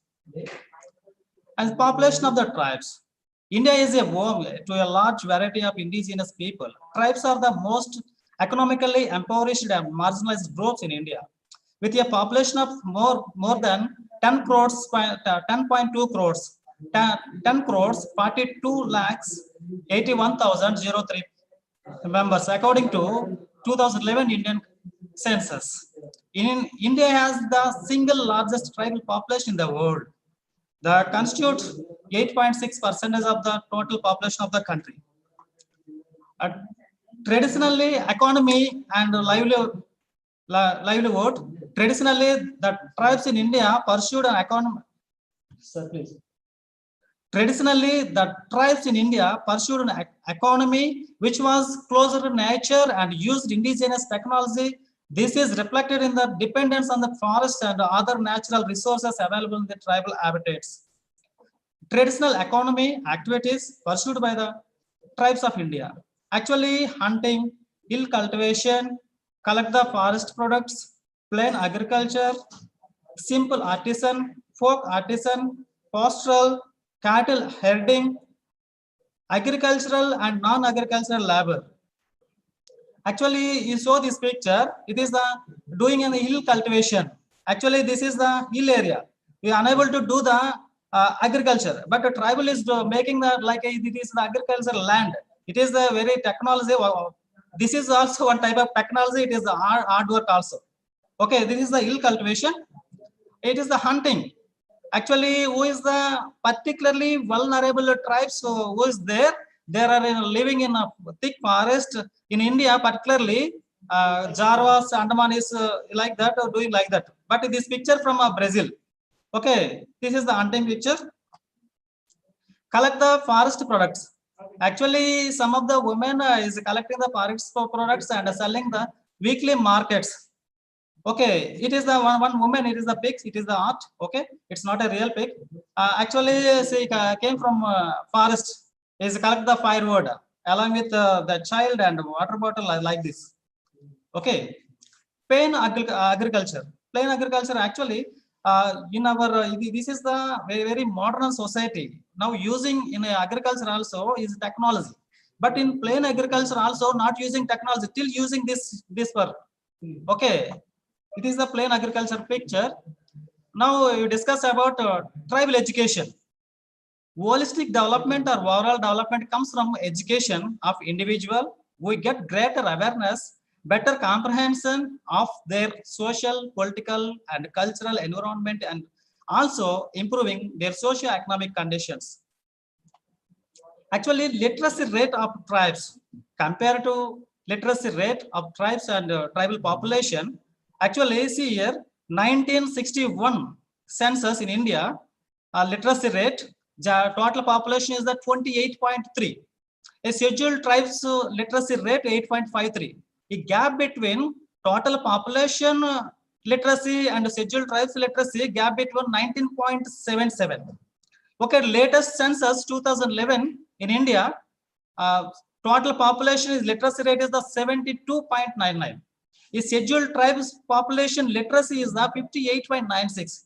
This is the gap between both 14.03. So you have to fulfill this gap. Okay, major educational problems in tribal areas. Okay, now I am discussing about major educational problems. What major education problems? These problems are particularly offline classes conducting.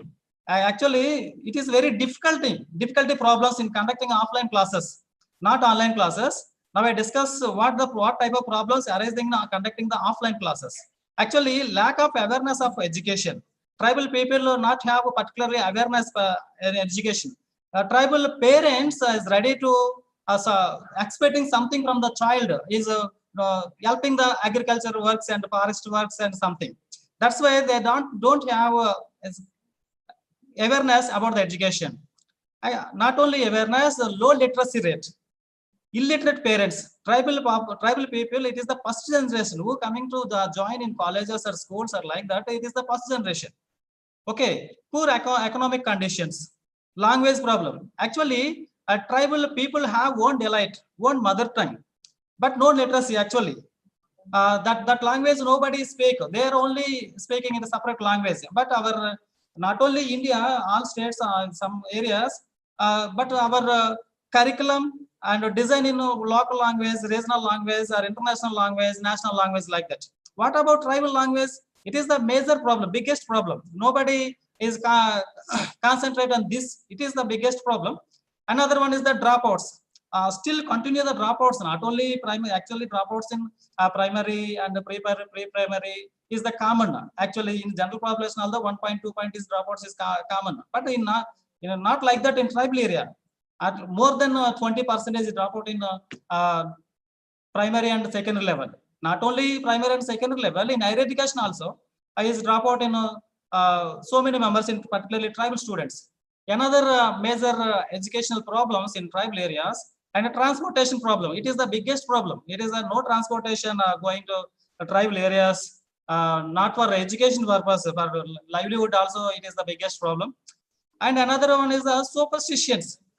Still, tribal people is believe the superstitions. It is the biggest problem. That's why so many members is died in a school level and before 10 years, before 20 years like that. And another problem is the climatic condition. Climatic condition also influence on education. Actually, that after that 10:30, 11 time also is heavy snow is there. Okay, that's why is not coming to tribals is outside. It is also a biggest problem. Lack of medical facilities. Lack of medical facilities in tribal areas. Not only villages, minimum facilities not there in schools and like that. Another problem is the infrastructural problem. No infrastructures in schools and like that. Shyness. Already local company says that the tribes have a shyness. That's why they are unable to adjust in the new atmosphere and new people like that. Okay, another major educational problems, tribal education, adjustment problem. Actually, tribal people are not adjusted with other new conditions, new climate, and new persons. Because of they are always interact with others. Why? Because they are unable to speak their language, unable to speak local language, unable to speak national language, unable to speak international language. And if to speak is local language also, the accent is different. That's why they feel shyness. They are unable to adjust with others. Another thing is the cultural problem. Actually, tribes have it is different culture from other persons, other peoples like that. It is also one type of educational problem. Another one is the child marriages. Still continuous child marriages in tribal areas. After 15 years, 16 years also marry the girl and boys like that. It is child marriage also biggest problem. Another one is the gap between tribal festivals and common festivals. Actually, the state government or central government recognized the common festivals only. That festivals given the public holidays, consider the public holidays. But what about the tribal festivals? Tribal festivals not recognize the state government or central government like that. But when going the tribal festivals, they are without the schools and hostels like that. They going to villages. They celebrating that festivals. That's why most of the child is a dropout from the schools, without the schools. That's why state governments or central governments is recognize the tribal festivals and you give the alternative solutions for that. Another one is the nomadic tribes. You move to one place to another place. Actually, Bakarwals, Gojars, they are from Jammu Kashmir like that. Nakala, Budabukala, Dulia is from Andhra Pradesh. They are the nomadic. They move to one place to another place. It is also one of the biggest major problem for education. Another one is the technological problem. Now we have to discuss about technological problem. Before going to discuss about technological problem, you have to show some pics. Is a major education problems related pics. It is the poor economic conditions. Already you saw it is the tribal hamlet. It is the one tribal old person and along with the grandchild. These are from Nalmala forest, a Chenchu tribal groups. Actually, he is the one child. He is take care of one younger one. It is the biggest problem. Actual dropouts. Actually, some people is collect the firewood from the forest. Actually, they are the very little boys, but they doing some forest work, some doing helping to parents like that. That's why simply dropout will be dropout. Actually, you see, we observe to her. Actually, so many members is felt she is a woman, not a woman. She is a girl. It is a small girl. Okay, she collecting the some leaves from forest, selling the outside, selling the weekly markets like that. They are the dropout students. Another one is the transportation problem. Already discussed about that. Actually, not only schools, is villagers also is suffering from lot of problems. Is observing when suffering from any problem, health issues is going hospital like this only in from the tribal areas. It is a very pathologic condition. Please, all participants, please observe this. He is the one teacher. Who is the one teacher in working in a tribal areas? Is Panderi area. He is daily going to school using the horse. Why? Because not going to two-wheeler also. That's why using this. It is a transportation problem in tribal areas. It is a child going to school like that. Lack of medical facilities. Actually, see this. Most of the members is not know about this. It is the move bikes. This name is the move bikes. In the tribal areas, not going to four-wheeler like that. Four-wheelers, ambulance not possible to go. That's why his alternative is the move bikes. Integrated Tribal Development Agency is introduced this in Andhra Pradesh particularly. This is like a small ambulance. Okay. Another one is it is the very pathologic condition of observe this. Actually, one pregnant woman try to go to the hospital. Is middle of the place is delivered. Okay. Now that person is divided to mother and child. Is cutting the umbilical. It is a very pathologic condition. Actually, is not possible to live properly in tribal areas. How to improve the education? It is a very challenges. It is very challenge to governments or all those persons. Another person is the infrastructure problems. Already discussed about infrastructure problems. Is please see this pic. Actually, there are the hostel boys. There are the hostel boys. Okay, this water using for drinking, bathing, washing, and another extra. Already you know about that. Okay, doing this. Okay, please come this pic. Please observe this pics. One boy is try to catch the water. What purpose for doing the bath? It is a very how it is possible. Without water, is doing the bath. Because of no infrastructures in tribal areas and tribal schools. Okay, they try to catching the water. It is also major problems is the infrastructure problems. Another one is she observed to her. She is very good student. She try to study this little huts. Okay, this is the tribal school. Okay, along with the teachers, this is the tribal school.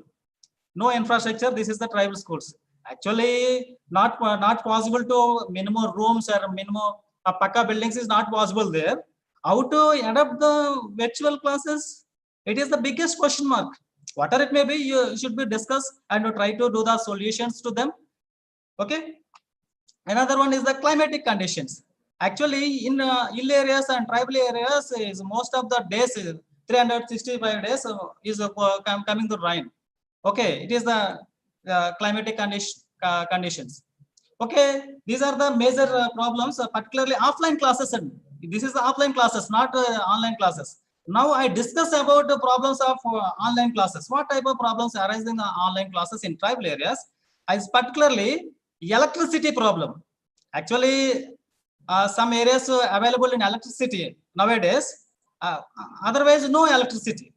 Electricity is available, but not continue. Only actually daily is 24 hours a day, but so 14 hours, 12 hours, 10 hours is available with electricity. Otherwise, no electricity. Okay, internet problem.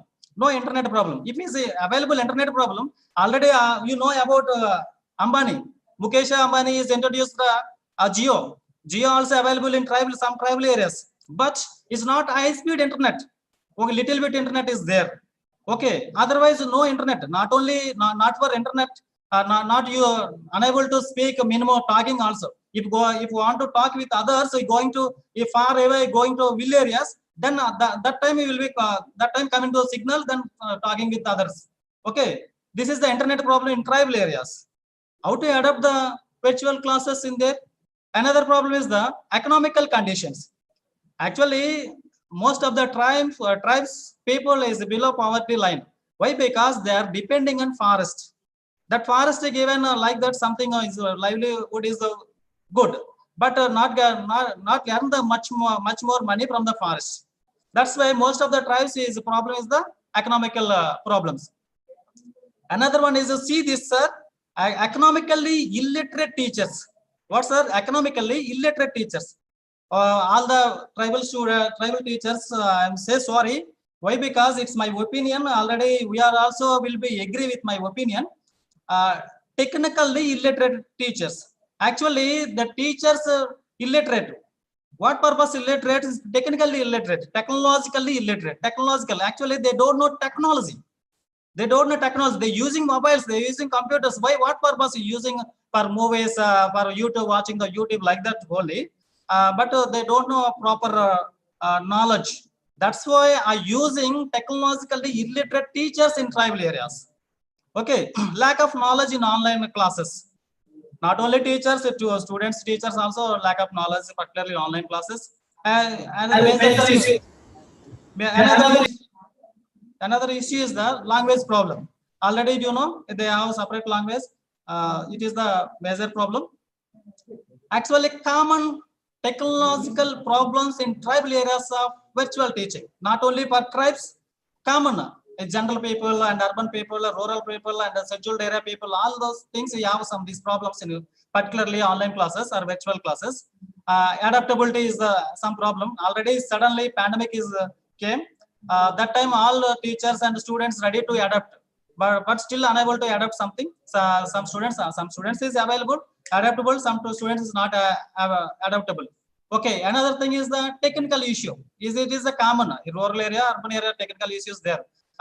This type of technical issues, scheduled areas is more than urban areas. Computer knowledge, self-motivation, restriction, learning style, communication, virtual engagement, human connection, feedback. These are the common problems for online classes or virtual classes. How to overcome this? Okay, let will be discuss about that. Another thing is the teacher-related technological problems in tribal areas. Actually, engaging the students. It is the very biggest problem for the teachers. Why? Because unable to engage the students. Actually, tribal areas is the small hamlets, habitats, and small villages. Village members, how many members is village? Total members is 25, 30, 50, around below 100 people is there. So that school and village very, very super that's why teacher unable to engage the students. And the teacher related problem is another is the lack of awareness about the technology. Already discussed, language problem discussed, communication problem discussed. And another problem is the lack of monitoring. Monitoring problem is also biggest problem. Who is the government officials and government and some leaders is you take the initiation for monitoring. Okay. Another one is the indigenous technology. I have very interest is the India. You are explaining about indigenous technology. Actually, indigenous technology refers to the technical knowledge, skills, and resources transmitted or handed down from the past indigenous people to the present. What is the indigenous technology? Actually, indigenous people, particularly tribal areas who are living in separate places like that, they have so many skills. They're using, they're doing so many activities. Actually, tribes have some more than skills like music, dance, and artists. So many works is doing. Is simply actually please observing this. Actually, that very small child climbed the tree and cutting the jackfruit and eating that. Actually, in plain areas and other urban areas, unable to cut the jackfruit and eat that. But that tribal children very easily climb the tree and open that jackfruit and having that. Okay, this is also one type of indigenous knowledge. Okay, as well, this is the indigenous knowledge actually using like this. Okay, my dear participants and all delegates, I am saying about my suggestions. Provide high-speed internet in tribal areas. If provide the high-speed internet is able to access to something. Another one is the provide proper electricity. You should be provide the proper electricity and conduct the orientation programs to the teachers, particularly on technology. Free internet, mobile and laptop should be provided to tribal students from the government, state government or central government or NGOs like that. Okay, maintain teacher and students ratio is 1:20 in tribal or scheduled areas. Should be maintained 1:20, not 1:40. Okay, not 1:45. It should be maintained in tribal areas 1:20. That time maybe we will get some result, positive results from the tribal students. So another some suggestions should be provide proper transportation, should be provide adequate infrastructure such as classrooms, teaching, non-teaching staff and basic facilities in schools.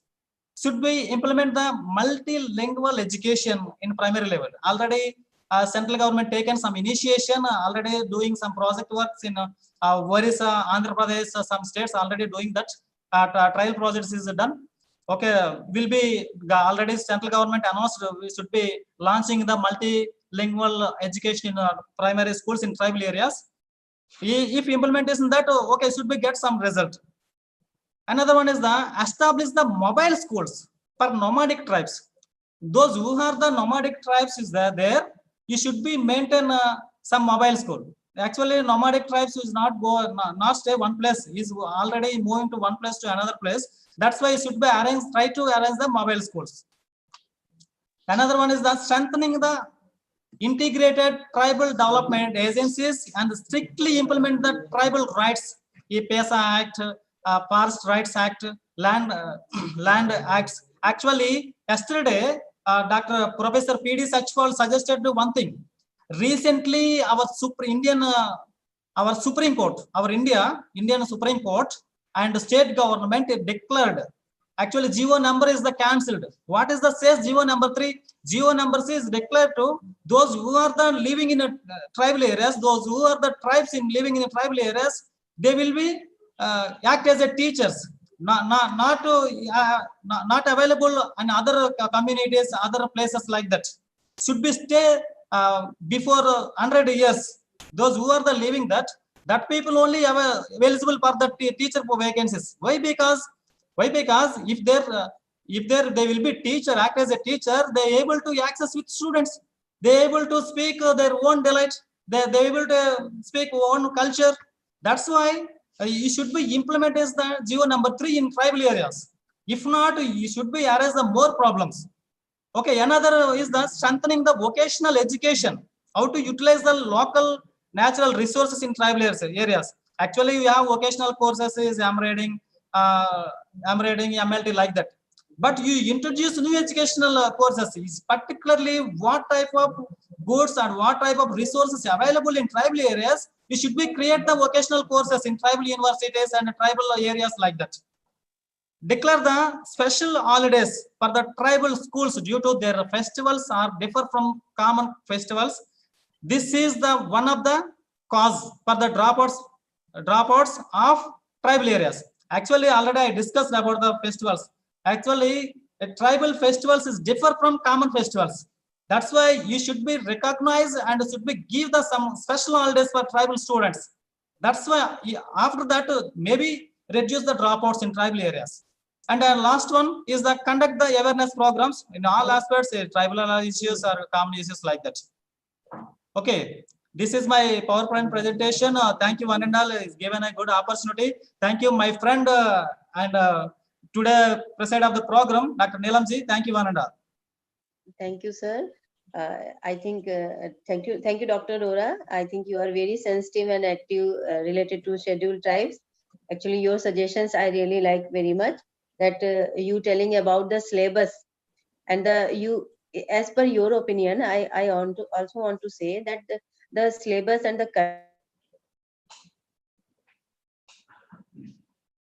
Oh, disconnected.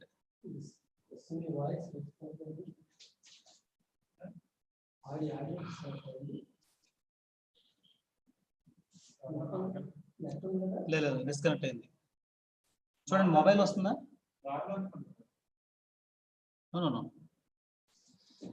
Sir Subbarao sir are you audible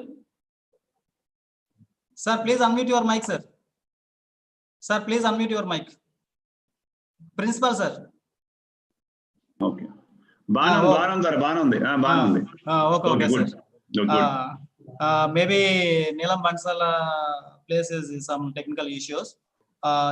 Yes, Chief. Okay, thank you one and all. Now I request Dr. G. Elisha Babu Garu is now start the sessions. He is presiding the session, organize the sessions. Dr. Elisha Babu Garu, please invite. Please over to mic.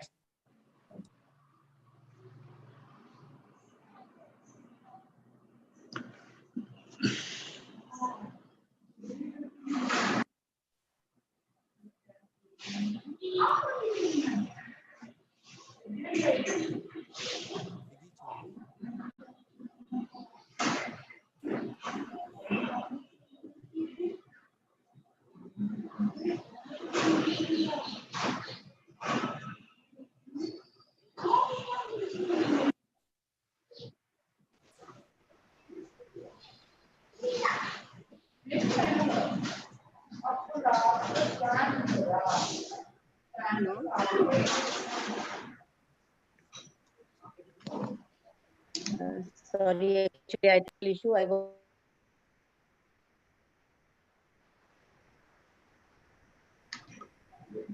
It is not audible, Dora. Yes, it is. This is not audible. Okay. Elisha, please mute that mic. Hello. Yeah, it is unmute, sir. Am I audible? Yes, you are audible, madam. No problem. Okay, sorry, actually due to some technical issue, I got disconnected. Actually, I was talking about the Dr. Dora's presentation. I think he is very sensitive and active about the scheduled tribes and the challenges he explained. It is very deep rooted. I think he visited so many times to the scheduled tribes, so that he is explaining it so well. I am also feeling very good with getting the problems which they have. And the Dr. Dora has told the syllabus and the curriculum which government is providing to the scheduled tribes. It is really need to be modified. It is really need to be improvement, so that it should be project based, it should be activity based, and it should be dependent on the skills of the scheduled tribe. And the timings of the schools for physical schools also need to be improved, because these peoples are also having do some activity for their bread and butter. So it is a really very nice presentation actually I'm very much impressed with his presentation. Now I want to invite Dr. G. Elisha Babu, Assistant Professor, University College of Education. Dr. G. Elisha Babu. Yes, you are not audible, sir.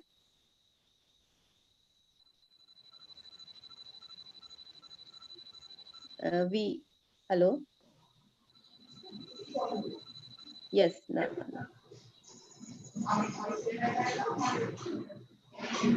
This is not audible, Yes, it is not audible, sir.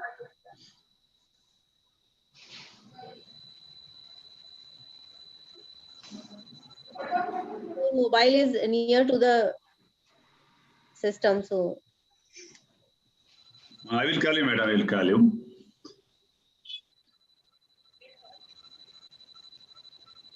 చూడ అది audible గా లేదు, చూడతుంది.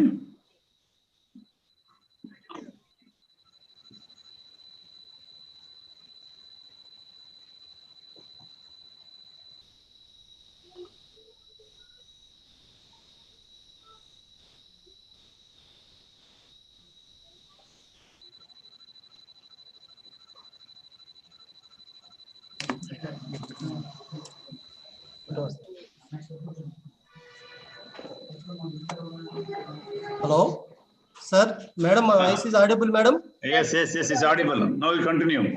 Okay, sir. Thank you. Thank you, madam. Good afternoon, one and all. This is Dr. G. Elisha Babu, Course Coordinator, University College of Education, Adhika Vinay Nanna University. Today, I am here to be with you on this online platform to organize paper presentation session. Before that, I would like to say gratitude to delegates as it is the closing day of this third day e-conference. First of all, I would like to thank Honorable Vice Chancellor of Adhika Vinay Nanna University, Professor Makka Jagannatha Rao Garu, for his encouragement and cooperation extended for this success of this e-conference, and also for his concern on University College of Education. Also, I thank Professor Pettimani Garu, Vice Chancellor, Central Tribal University of AP, for his valuable address on this e-conference. I also thank Professor B. Gangarao Garu, Registrar, Adhika Vinay Nanna University, and Professor Lajpat Rai Garu, Registrar, Central Tribal University of AP,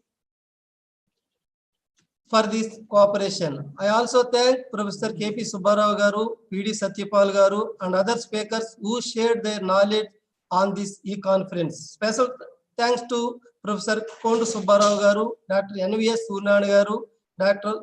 R.S. Varahaladara, and Srimati Rajamani, and other colleagues for their active participation.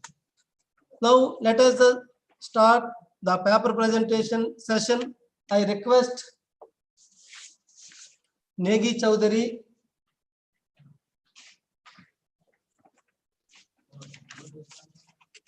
Faculty of Education, Konam University, Nainital. Please, madam. Good afternoon.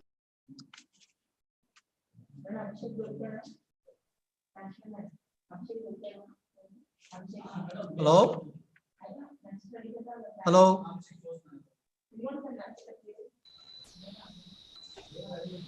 Good afternoon, everyone. Before I begin my presentation, I would like to heartily thank to organizers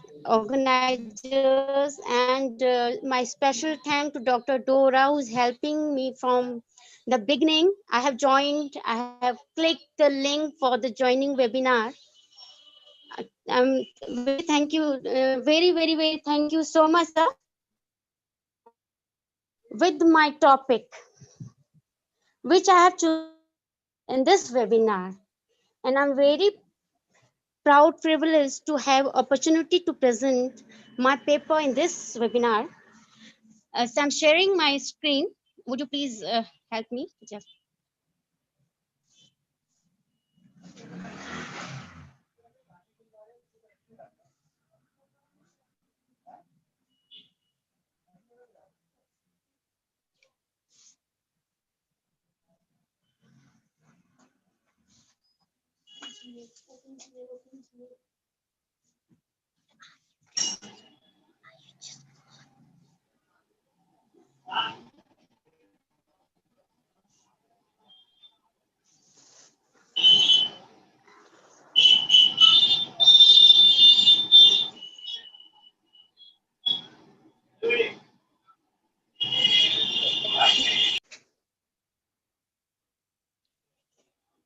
Is it visible?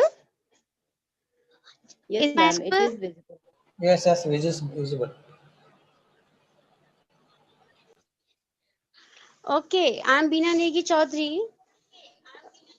Faculty of Education, Kumaon University, Nainital. I am research scholar and presenting my topic, online teaching in higher education, challenges and remedies. We are talking about education, not that method we were using before the COVID-19 pandemic. That traditional method, we are talking about the new technological method of teaching that is called online teaching. As we all know about, education is like a diamond and its power to change the entire life of a man. By seeing this power of education, educationists continuously trying to make education more easy, effective, and interesting from ancient times. with right from the days when chalkboards and the wooden paddles with the printed lessons were invented till today's online teaching. Educational capabilities are growing and changing every day, but this change was taken place very slowly.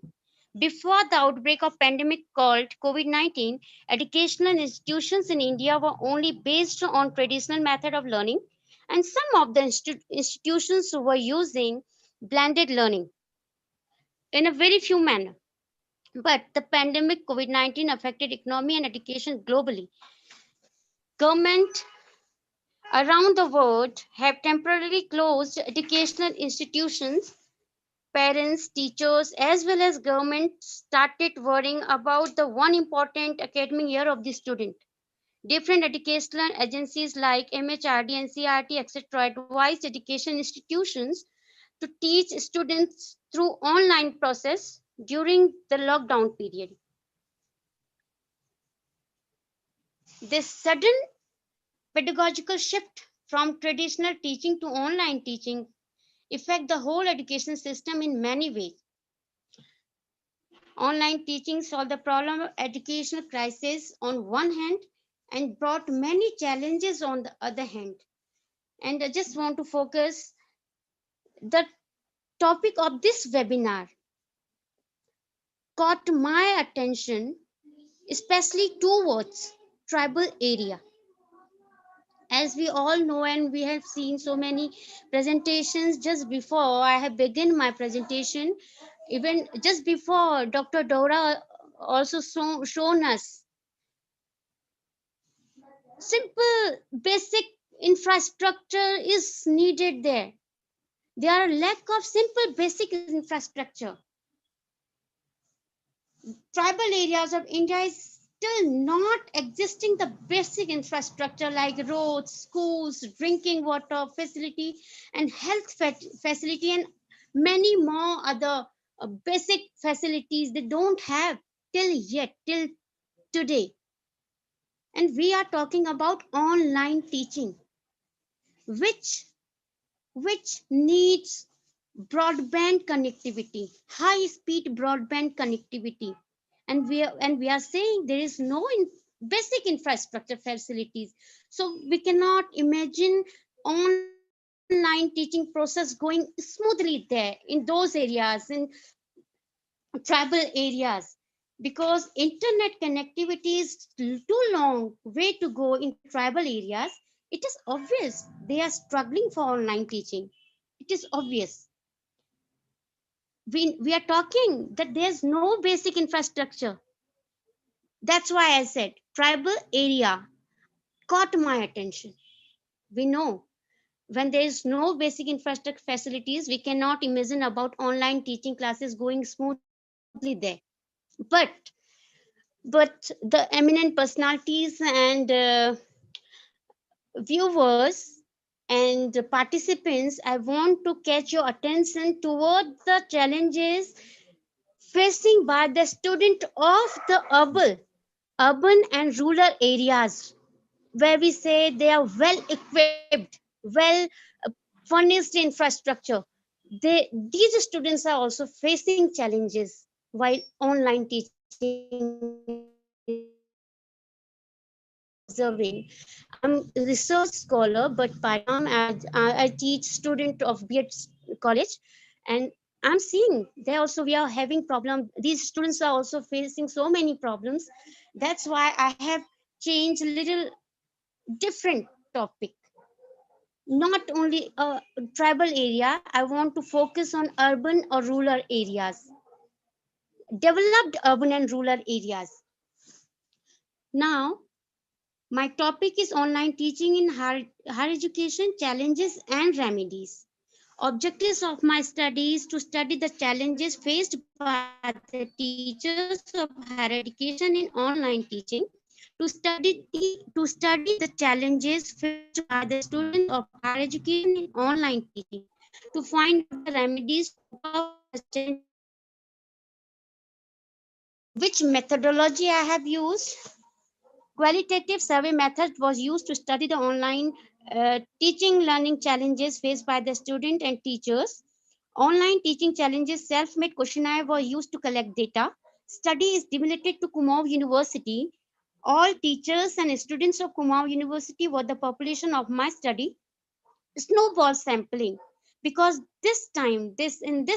when the infectious disease coronavirus is affecting each and everyone, we cannot go face to face and collect data. So I have used WhatsApp numbers to collect data, and specifically it is very difficult to collect data online.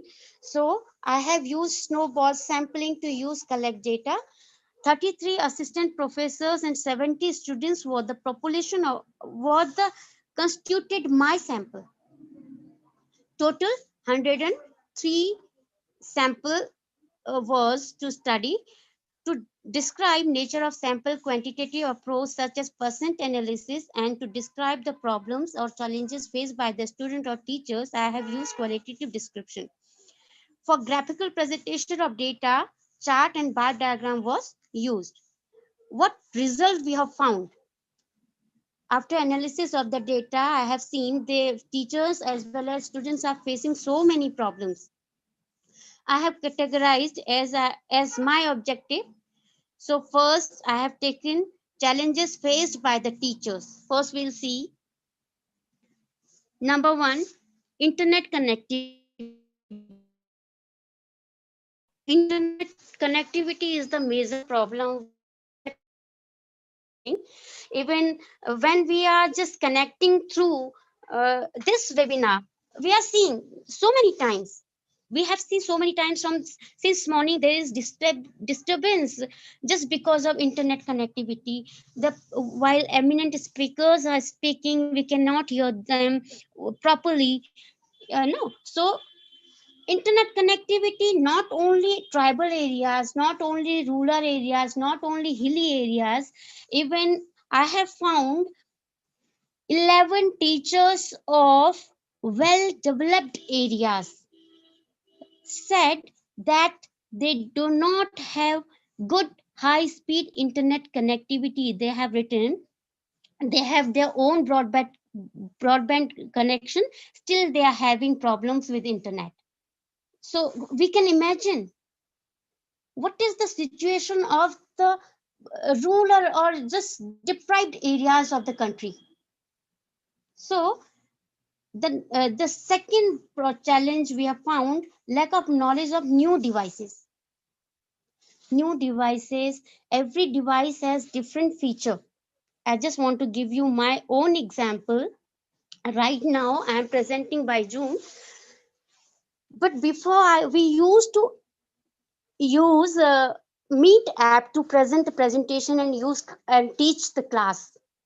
And now when I was sharing my presentation right now very smoothly, very easily, but before I just have to try a lot.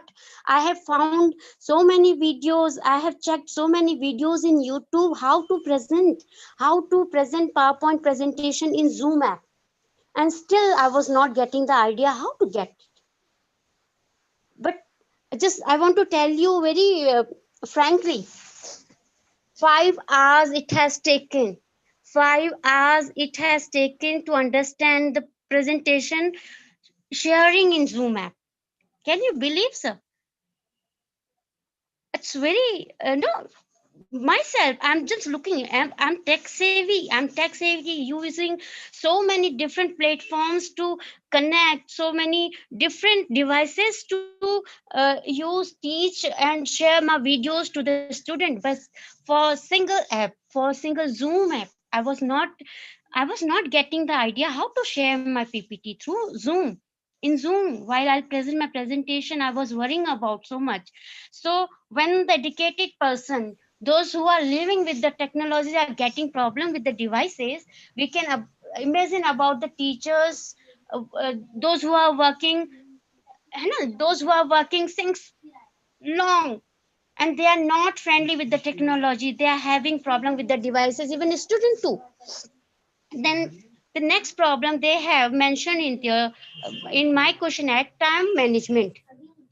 As we are taking classes from home, so it is very difficult for the teachers to manage time. they have to see the children, they have to do the household work, and they have to teach the class, they have to prepare online content for the student. So it is very difficult. They are telling they don't have time to eat. Some of the day they eat once in a day, once at a time.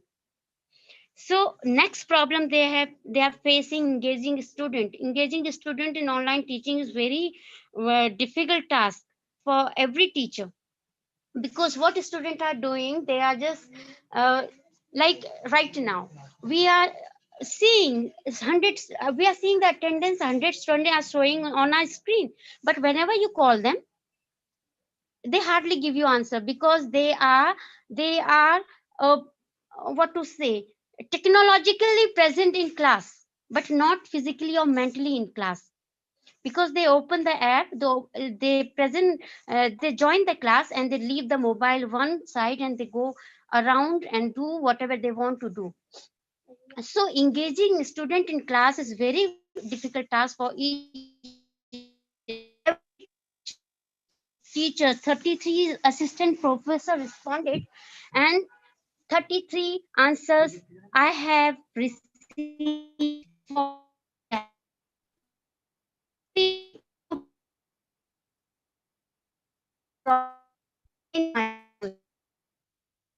next challenge, explanation of difficult topic.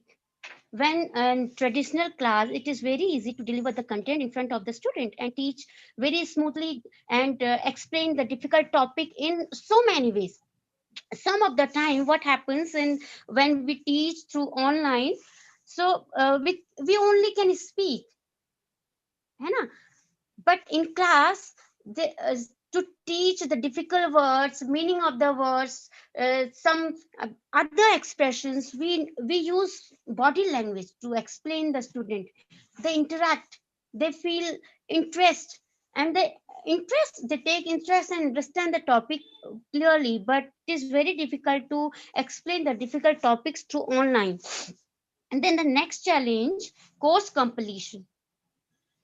Through online teaching, through online, when we teach through online, the course is hardly completed, because at the time we only teach very less, है ना? Whenever we start teaching, so many, some of the time technical issues comes up, network connectivity comes up, student goes off. Some of the time we are having internet connectivity but student don't have, so disconnection of the class again and again cannot help to complete the course in a proper time. Ma'am. Then the next health Beena issue. madam, Beena madam, Yes sir. please conclude, madam. Hello. Now time is 10 minutes, madam. Okay, okay, so I'm Please just quickly please I'll conclude. finish. I'll finish. The next problem, health issue like headache, eyes problem, backache, and sleeping disorder. They all have mentioned about. Assessment is very difficult through online, technical issues. Also, we don't know how to tackle the problem coming in between the online teaching.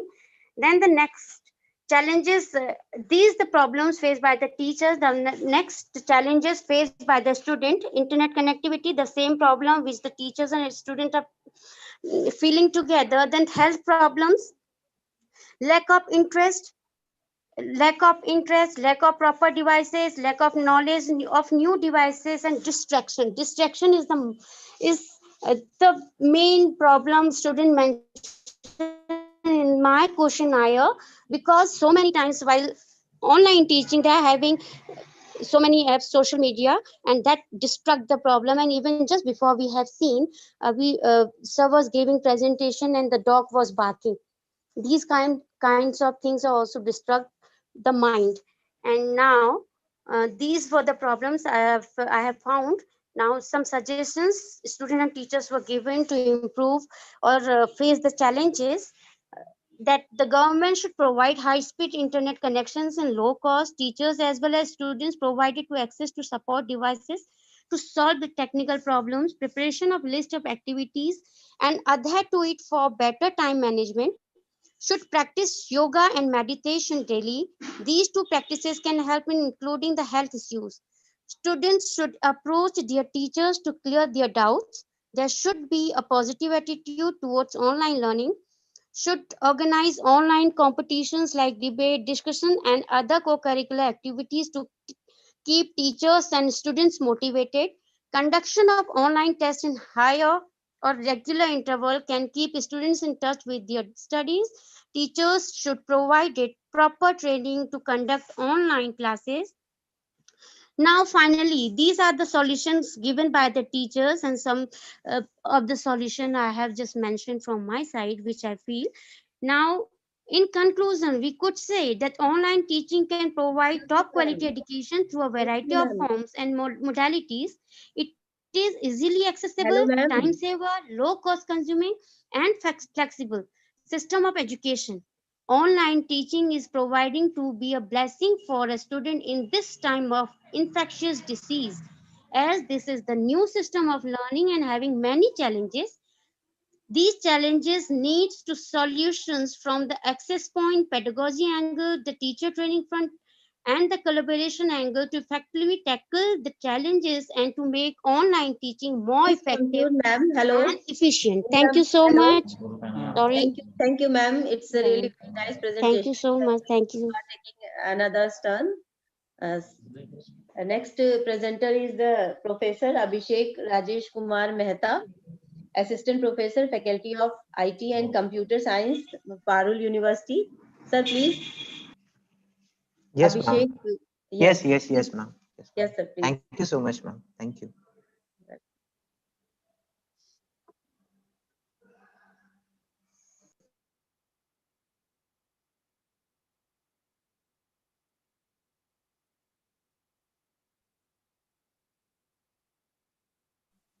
Hello, my screen is visible, ma'am?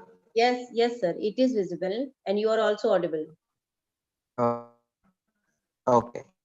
Yes. Good afternoon, one and all present over here, all the jury members, all the participants, as well as the organizing committee. First, I would like to thank the organizing committee to give me the opportunity to present my work. So here I am presenting the education for the deaf and dumb students.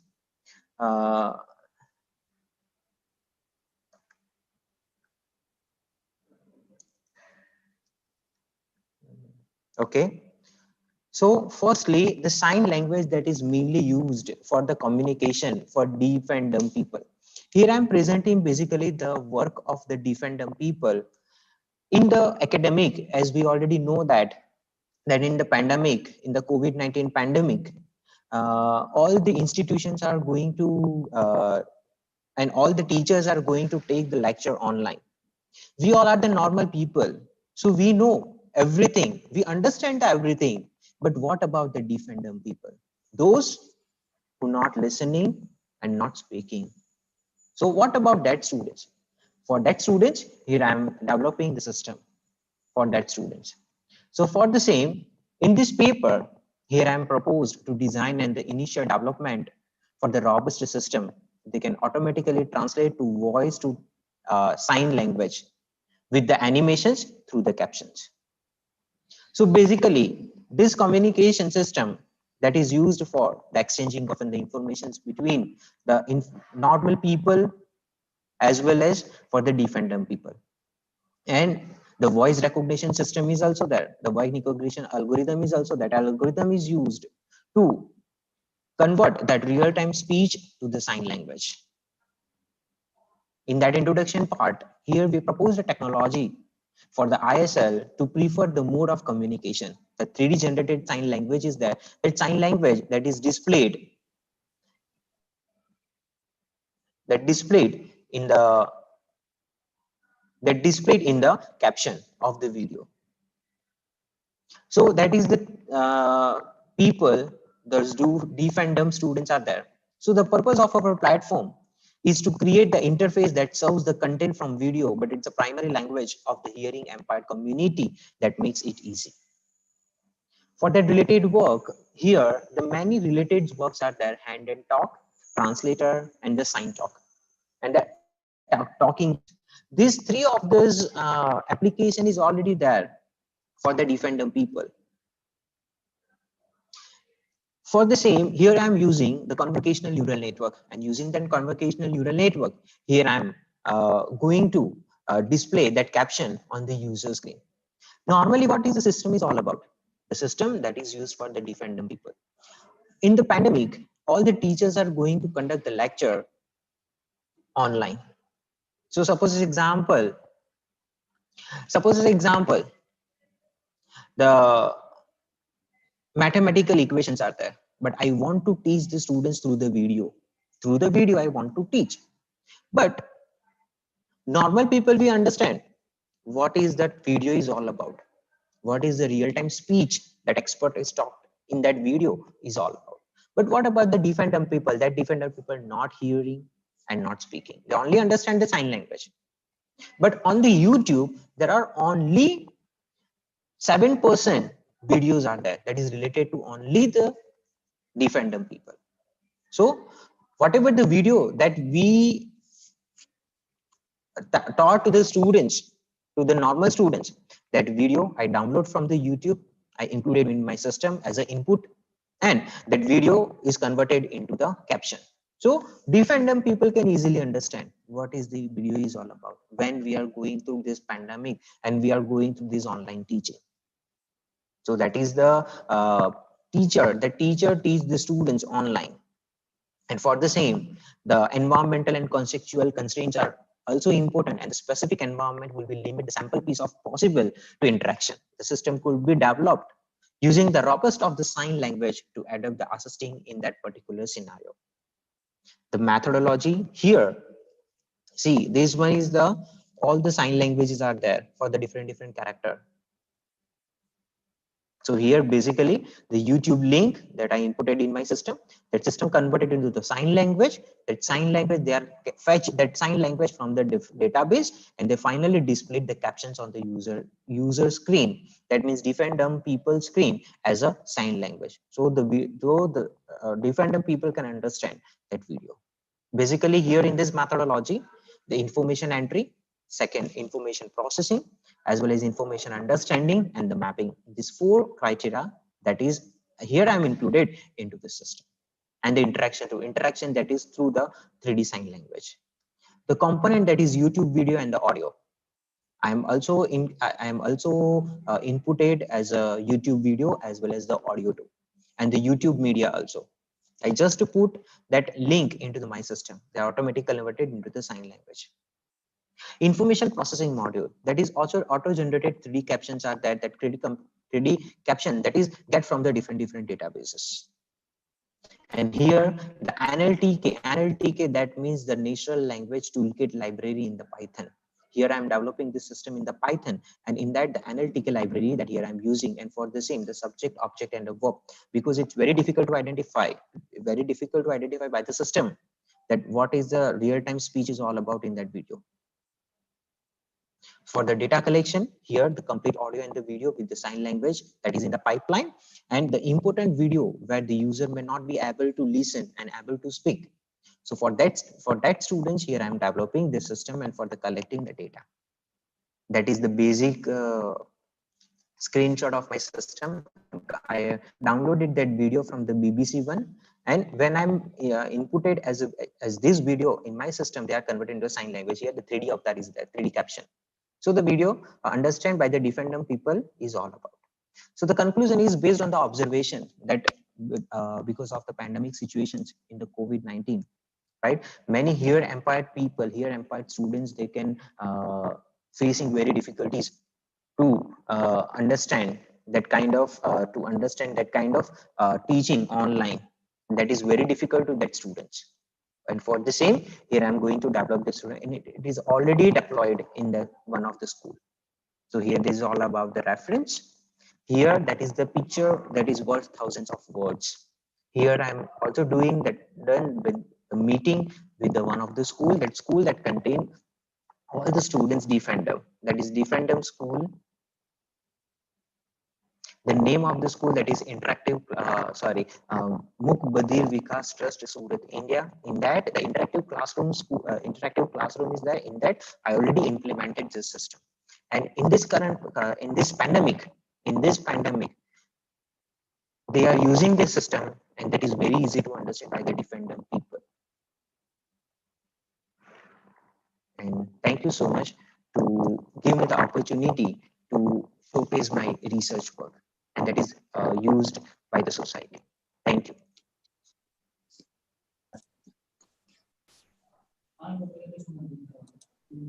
Thank you, sir. Yes. Dr. Abhishek thank you so Rajesh much, sir. Kumar Thank Garu, you. for your nice presentation, Yes. which is apt to this conference. Thank you, sir. Thank you, sir. Now I request Thank you. Thank you, sir. Muppidi Rambabu Garu, Assistant Professor, Department of Fine Arts, KL University. Sir, I request you to complete your presentation within 10 minutes. Please, sir. Okay, sir. Please provide me my PPT, sir.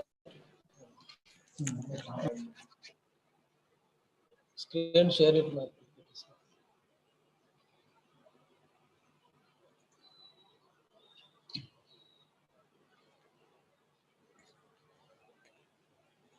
Good afternoon, everyone.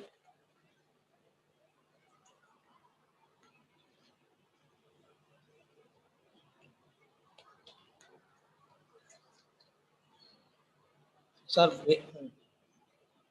can I start now, sir?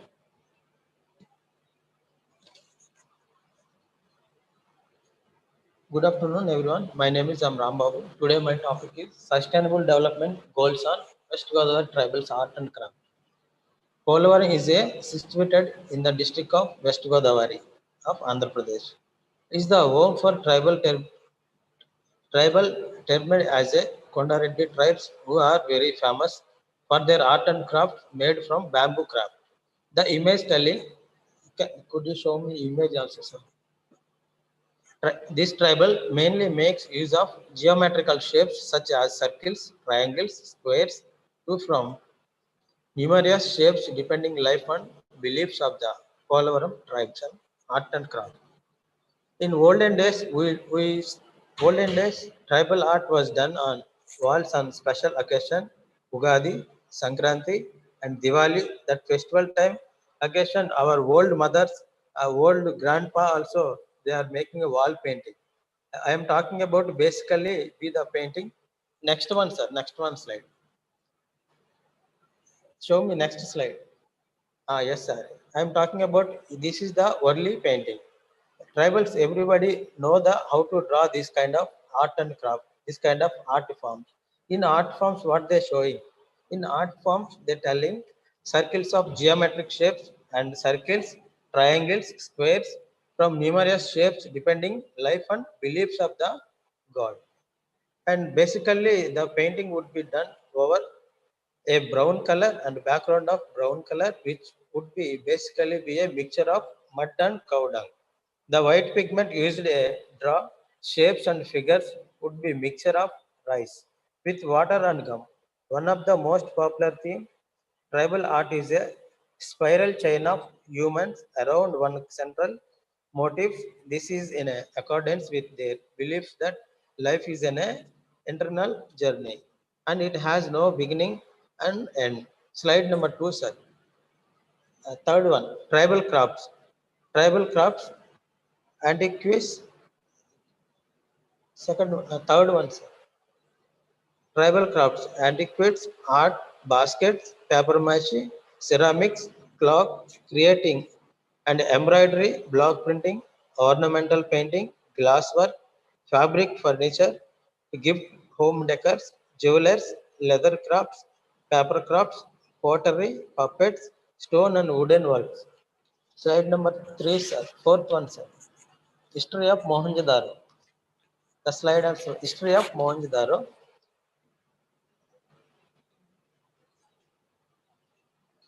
History of the tradition of the toys started from Harappa and Mohenjo-daro, which have thrown up a magnificent. Mohenjo-daro 2500 BCE. Mohenjo-daro is an archaeological site in the province of Sindhi, built around 2500 BCE. Now Indus Valley civilization and one of the world famous. Now I'm coming to the Harappa. Harappa and Mohenjo-daro discovered in 1922 by R.D. Banerjee, an officer of the Archaeological Survey of India. Harappa discovered under direction of John Marshall. Education, next fifth one slide. Education towards a new form of craft making. Why art and craft is importance in education? Why art and crafts importance in education? Arts and crafts activities help in still a sense of achievements and pride in children, boosting their self-confidence. The opportunity to create whatever child desires help fosters creativity. A child will learn to make correct and effective decisions by facing and solving artistic challenges. Through arts and crafts, children learn to value, appreciate artifacts and images across cultures and times. Experience in design, art and crafts enable them to reflect critically on their own works and those by others. They learn to act and think like designers and artists working intelligently and creativity. Coming next slide, sir. Review of literature. Hello. Review of hello. Now Hello. I'm coming Yeah, to. am I audible?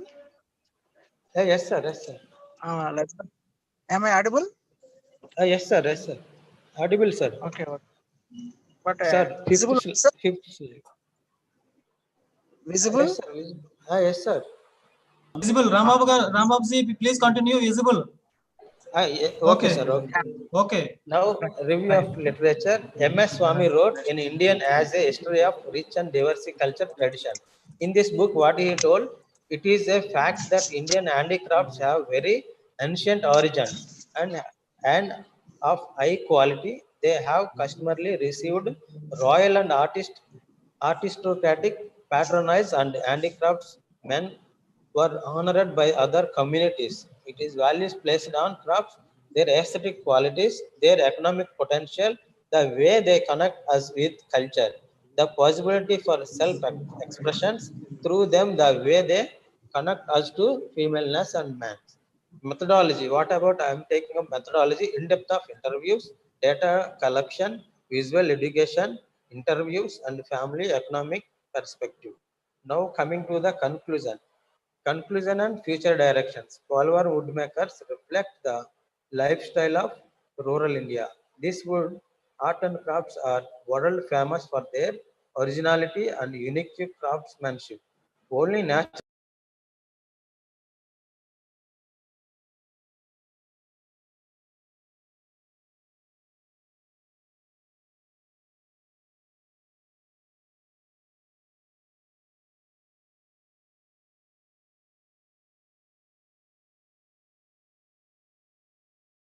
Rambabu garu, please unmute your mic. Please unmute your mic. Rambabu garu, please unmute your mic. And animation films and animation education also. That's all. Please conclude. Okay, sir. Rambabu garu, thank you very much. Thank you, Dora, sir. Thank you very much. I forward to mic to Dr. Bansala, madam. Please proceed, madam. Again, program, please proceed.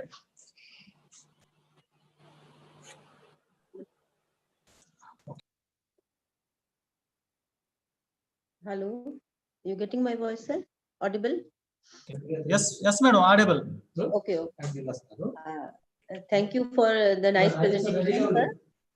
Actually, I want to invite Madam KSR Rajeshwari Devi ma'am for introduction of chief guest.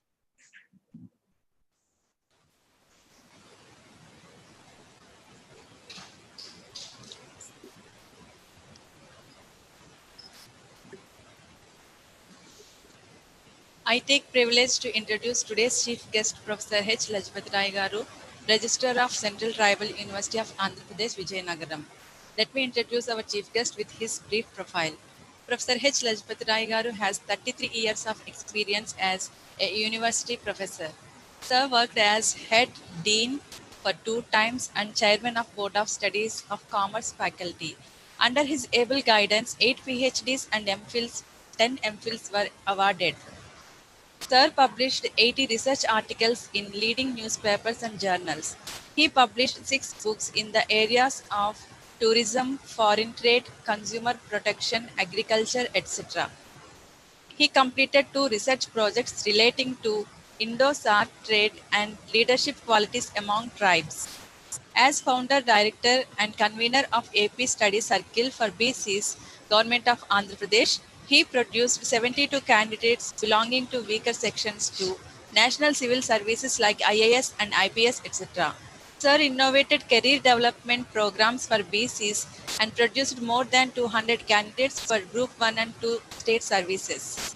Where coming to his innovative works, Sir launched Classroom to Common Man program, first of its kind program organized in any university in the state through student community engagement. Coming to the awards and rewards of Professor H. Lajpat Rai Garu. He received several awards on the eve of Republic Day at district and state level. Received Vidya Ratna Award by various cultural organizations in Hyderabad. Received Indira Priyadarsini Award by International Peace Society. He conferred state level Best Teacher Award for the year 2010. His editorial experiences are founder editor of Vinyogavani, editor of Consumer Crusade, editor of Compete.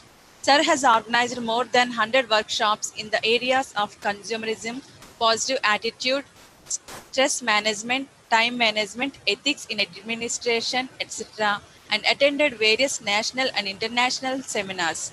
Sir served many positions like Lok Adalat member, worked as chief coordinator for continuous education centers, president and secretary of Rotary Club, member in state level prizes monitoring committee, member in district blindness construct committee, coordinator in government leprosy rehabilitation center, etc. He visited Egypt to deliver lectures selected by the UGC Government of India. Sir invited the All India Radio for radio talks on social issues, also invited by Doordarshan for live telecast program for consumer advocacy, career advice for youth, etc. Thank you, ma'am, for the opportunity given to me to introduce sir. Thank Over you, to ma'am. Bansal, ma'am. Thank you, ma'am. And welcome to Professor Rai, Registrar in Central Tribal University of Andhra Pradesh. Sir.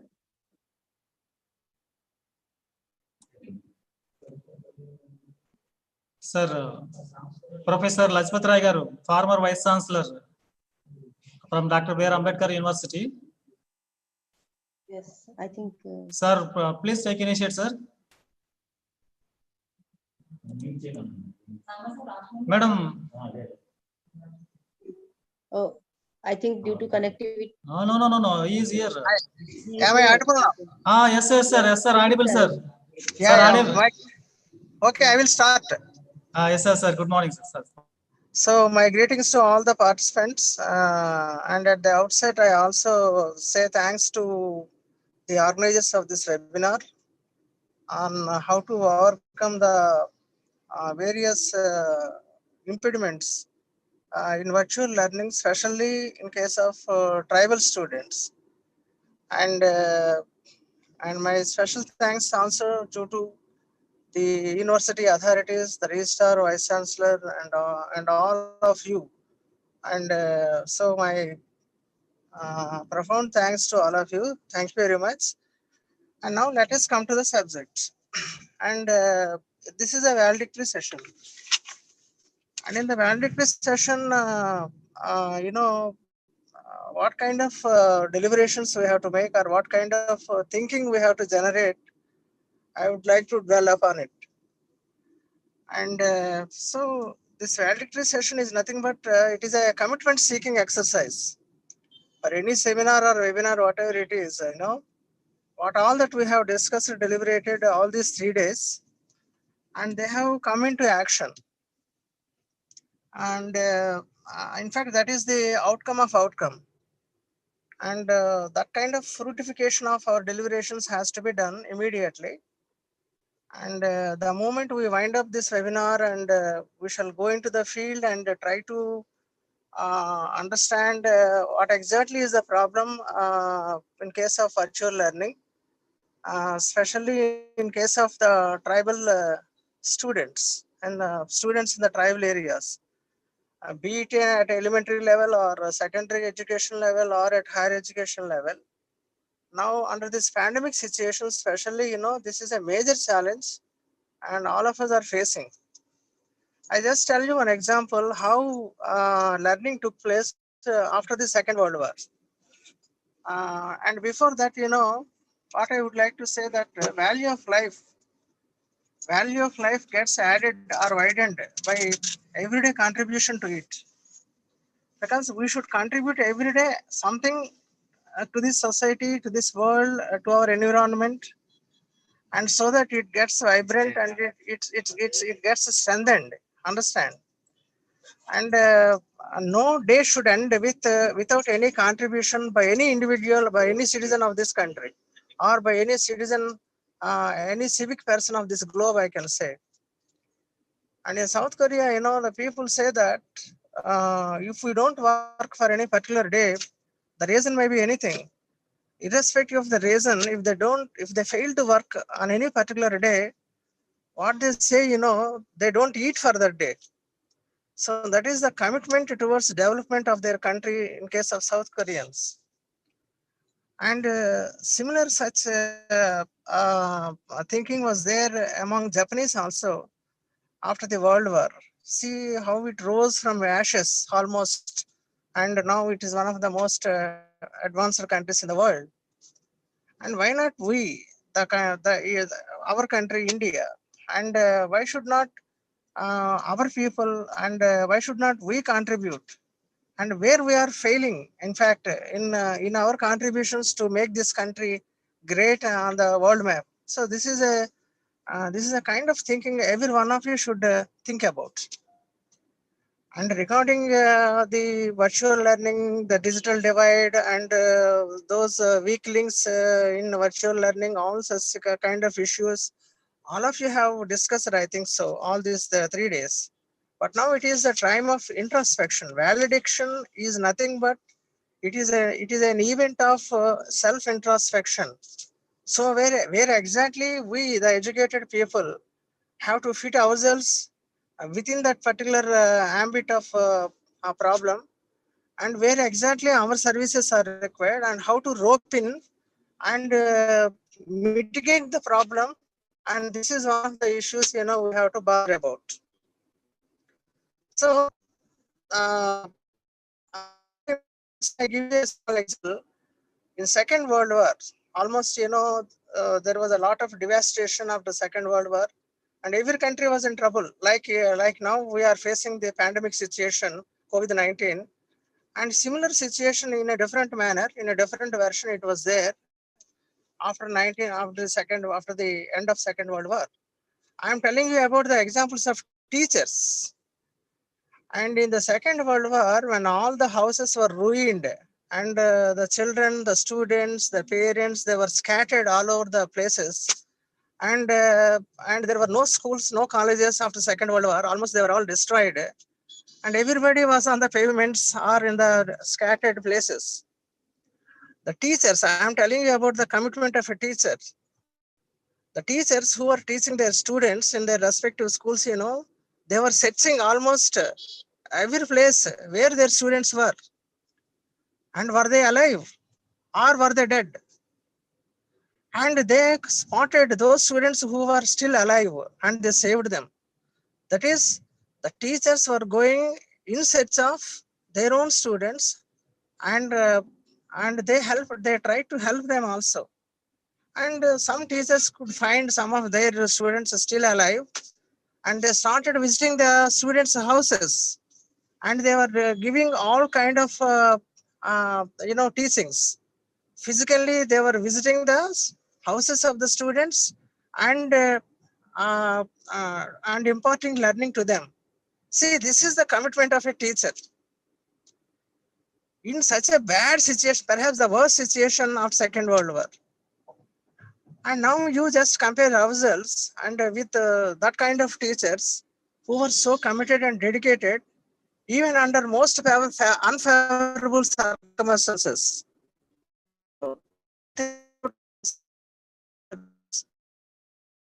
Everybody saying COVID, online learning, all these things discussing.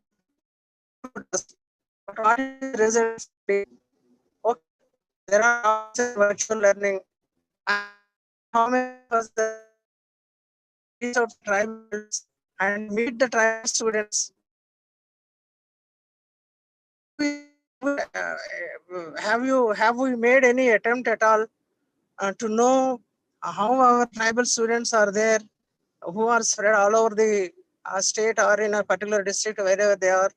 And do you have any kind of association with them, like WhatsApp contact and all, email contact and all such things? After all, you know, in every class you find hardly some 5 or 6 are people, tribal people in a particular classroom in any subject. Okay, it's not a big matter if you want to help them.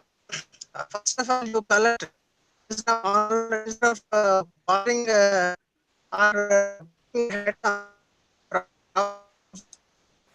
Sir, network problem, sir. Sir, professor, sir.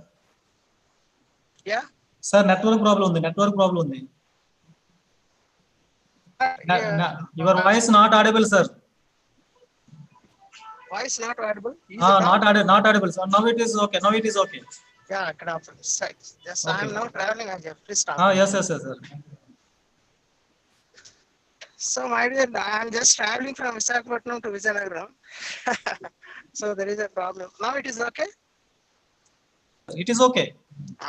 It is okay. So my dear friends, now what I am planning, you know, what I would like to suggest here. Now the situation is not that we should not ask government should do some favor. As a teacher, because we have a WhatsApp phone, almost every teacher has a WhatsApp phone, and we can definitely try to establish a direct rapport with our own tribal students. I am not asking you to concentrate on so many issues, so many people. Just use SWOT. Some 5 or 6 tribals are there, tribal students are there in every subject, in every classroom. I understand. So because you know, they are marginalized sections and they are slow learners. And even if they are physically present in the class also, when you say something to them, they are not able to cope up with the understanding or the subject. Unlike other students, you know, so definitely that is why I say that tribal students are slow learners. So what kind of remedial type of coaching, remedial kind of teaching we can do for them? This we have to devise our own ways. We have to devise our own ways and means to help such students. Understand? So therefore I request all of you, you know, you try to establish a personal rapport through online. Now we have a video kind of arrangement, and that kind of facility is there. And through Skype you can talk to them, through WhatsApp you can talk to them, or at least you can give your voice to them. In case if the video kind of internet issues are there, at least you can send your voice to them through phone and you can talk to them. And so like that, you know, you try to pay some personalized or a customized attention, what we say customized attention towards these slow learners who are our tribal students. This is I'm just talking about you know, how we can intervene. I just now all such teachers, you know, during the Second World War, and who were visiting the houses of their own students and helping them, you know, in learning. You just step into their shoes and think that way and try to help even our tribal students or slow learners under the present circumstances. This is one point I would like to say. The second thing is, no doubt, the interconnectivity problems and poor connectivity, all such issues are there. I understand. and there is some difficulty. But nowadays, in almost all tribal areas, all MRO offices, Tahsildar offices, and Mandal Parishad development offices, they are connected. They have got good interconnectivity. I mean, internet connection, because the district collector and the revenue officers every day they have video conferences. And in fact, I have given the suggestion that to the collectors also, because our universities, our education institutions are trying to help such students, and they extend their support. Suppose we can bring those tribal students to the nearest Tahsildar office, and they can assemble there, and that connection, that connectivity also we can explore, and we can offer our lessons. This is one way. The second thing is, if they don't have such, but I don't think that most of our students nowadays, they are using the very costly cell phones, even in the tribal areas also. Maybe the student at student level, they are using these things. The only problem is, they have to purchase that GB. That is the only problem. That is how much quantum of GB that is available, so that they can continuously for 2 hours, 3 hours, 4 hours, they can interact with a student. That may be a problem. And that can be overcome also. If the student is really interested, or we can make them interesting to learn, and you can suggest them to go for extra GB, and so that, because any offline online class, it requires some 3 to 4 hours kind of internet usage, and it may become little costly for them. But the other way is, if they come and stay in a hostel, in a city, in a university environment, they are also spending some money. And now they can make use of whatever little savings they have, they can, for this kind of issues. But we are suggesting to the tribal area officers also, ITDA and other people also, now we are requesting them whether the government can provide some extra, can compensate the cost of internet used by tribal students in the tribal areas as a special case to overcome this pandemic situation. This is also we are trying to explore. In fact, I have given this session to even to the CM also. We have requested, and we are waiting for a nod from the government side. And most likely, this is also going to become a possibility. And meanwhile, you can explore. And there is another convergence approach also I can give you. In the forest areas, mostly these tribal students are residing in forest areas. The forest rangers, they keep certain instruments in the forest areas, on the top of the trees and in certain towers to observe the movement of animals, elephants, tigers, and all such issues in the forest area. For that, they are using internet kind of this thing. And they can also spare this point also I have discussed with such officers, provided if the government tells them to spare a part of their this thing, and we can also make use of Hello, those sir. that connectivity also, via Sir. that connectivity also we can talk with the Sir, students, Professor, sir. and we can make them more knowledgeable, and we can offer this kind of program. And so this is what is called convergence approach. Education institution means the teachers, the officers who are working in the forest area, that is forest range officers, the district forest office, and the and also the revenue day people. And because they have this video conference kind of facilities are already there even in the remote areas. And so we can explore all this infrastructure wherever it is possible and feasible, at least to mitigate the problem. I don't say that we can completely overcome this problem, but we can at least mitigate the problem to some extent. This is a suggestion I'm trying to give. Provided if a teacher is interested in extending himself or herself So these are all issues. I can say that they are not impossible. They can be made possible. So this is one point, my dear friends. And so under this pandemic situation and this virtual kind of learning, and we are used to only offline kind of teaching, and that that is using a blackboard and with a chalk piece. But now what is needed now, everyone needs now behavior modification and modus operandi modification and all such issues, we have to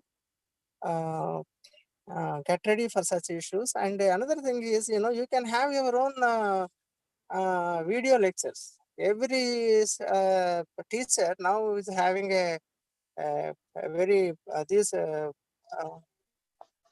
smartphones, and we can videograph our own lecture by ourselves just by holding a cell phone. You can just explain the things and they get recorded with your video.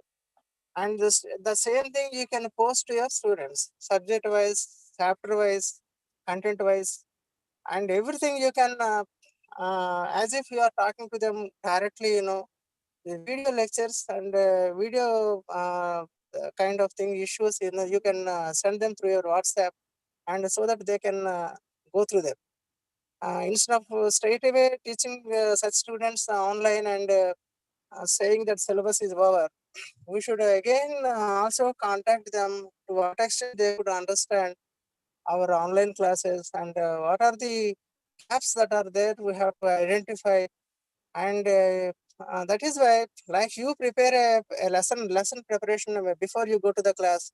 Now this is the time that it is a virtual kind of preparation. That is, you have to prepare your own video lecture and get it recorded and place it before the students through WhatsApp kind of issues. And this will have a great impact, I'm telling you. But we need to dedicate ourselves, and we need to spare some time, and we should become a real lovers of our students, and then only it becomes possible. Otherwise, it is not possible. See, we talk about problems, so many problems, but we shall talk about solutions. And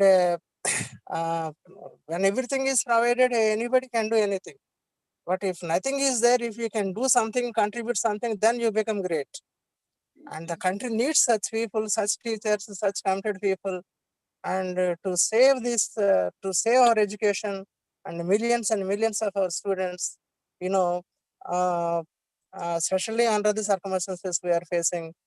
And what is more required is our dedication and commitment. No budget is required. I mean, but your dedication and commitment, they go a long way.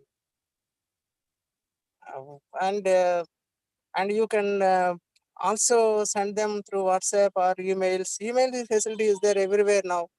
They can go to the nearest point and they can download whatever material you send, lesson wise, chapter wise materials you can send, question papers you can send, models you can send. And especially science students, for them video kind of recording and placing it before them through WhatsApp is very, very important. And let us do like that. Okay. Thank you very much. Thank you, sir. My lesson is over. Yeah, sir. Thank you very much, sir. Your present is very important for us. We are very much blessed with your words. Actually, you are talking about the innovative teaching and talking about the solution. You are talking about the positive part for scheduled tribes education and all.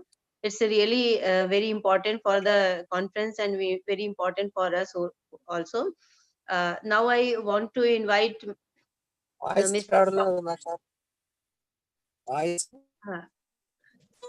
want to invite Dr. S. Shiva Rao, sir, Professor, University College of Education. For introduction Madam Ji, Dr. Neelam Ji, actually small inconvenience here because of our honorable Registrar Professor Battu Gangarao Garu. He is assigned another work.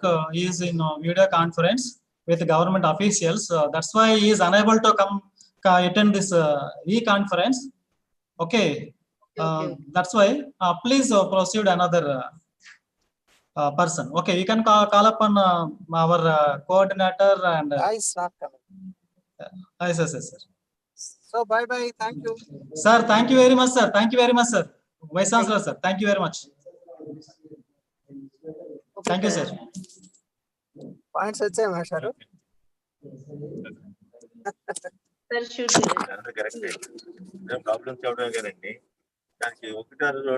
Sir, Lajpat Rai, sir. Please unmute your mic. Lajpat Rai, sir. Raghavji, please unmute.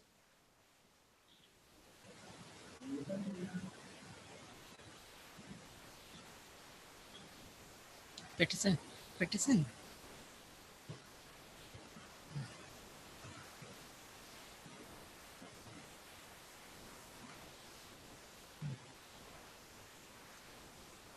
Okay, now I invite coordinator of e-conference, Mrs. Jutika Rajamani, Assistant Professor, University College of Education. Please give the conclude remarks and vote of thanks. Please give to them. Thank you, sir. Good afternoon to all. Myself, Jutika Rajamani, Assistant Professor, University College of Education and Coordinator of this 3 days International e-conference. I would like to submit concluding remarks of this e-conference as well as to propose formal vote of thanks. First of all, I express my views to conduct this e-conference for the theme of virtual teaching for the tribal students living in the remote areas. The tribal communities in India are living in very simple, very remote and forest and hilly areas. Basically, they are backward and far from the plain areas. The scheduled tribes are identified in 29 states and 9 union territories in India. The number of individual ethnic groups identified as scheduled tribes are 705. The tribal population of the country as per 2011 census 10.43 crores. In that 8.6% of the tribal population. In that population, 89.97 of them are living in rural areas and 10.03% living in urban areas. Social opportunity and security, economic advantages, political freedom and transparency are necessary to make educational as well as overall development for the backward people of the society. The socio-economic indicators like low literacy, poor economic and living conditions among tribal population reflect their socio-economic deprivation compared to non-tribal counterpart in India. The educational levels among the tribal groups are extremely low. They do not interest to sending their children to schools. Most of the children help their parents who are daily wages to support the family. Some students are also stayed in hostels, but as hostels or residential schools have been converted into quarantine centers in the wake of COVID-19 lockdown, the students are sent to their homes.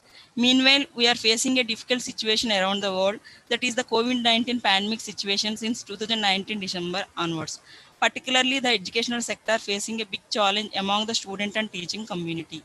Apart from the online classes, there is no basic facilities such as housing and electricity in most of the tribal hamlets. They opined that the online classes were not helping the children from the already underprivileged families. Today, they are facing lack of proper technological developments at their agency areas. In this pandemic situation, the whole educational institutions are closed. The tribal area students stayed at home. That is why they lost the teaching and learning process. They facing a lack of internet facility. There is no mobile data connectivity, lack of understanding about language, lack of unability computer system, lack of money to purchase Android mobiles. There is no transport facility in lockdown period. I think the above problems are still continuing. That is why we discuss finding the problems to conduct this e-conference on challenges of virtual teaching for students from tribal areas. In this connection, we invited innovative thoughts and open discussion among the intellectual forum, that is teachers, scholars, and students. In this e-conference, nearly 950 members are registered and so many researchers presented papers. There are 5 members of foreign resource persons participated in USA, Thailand, and Kenya.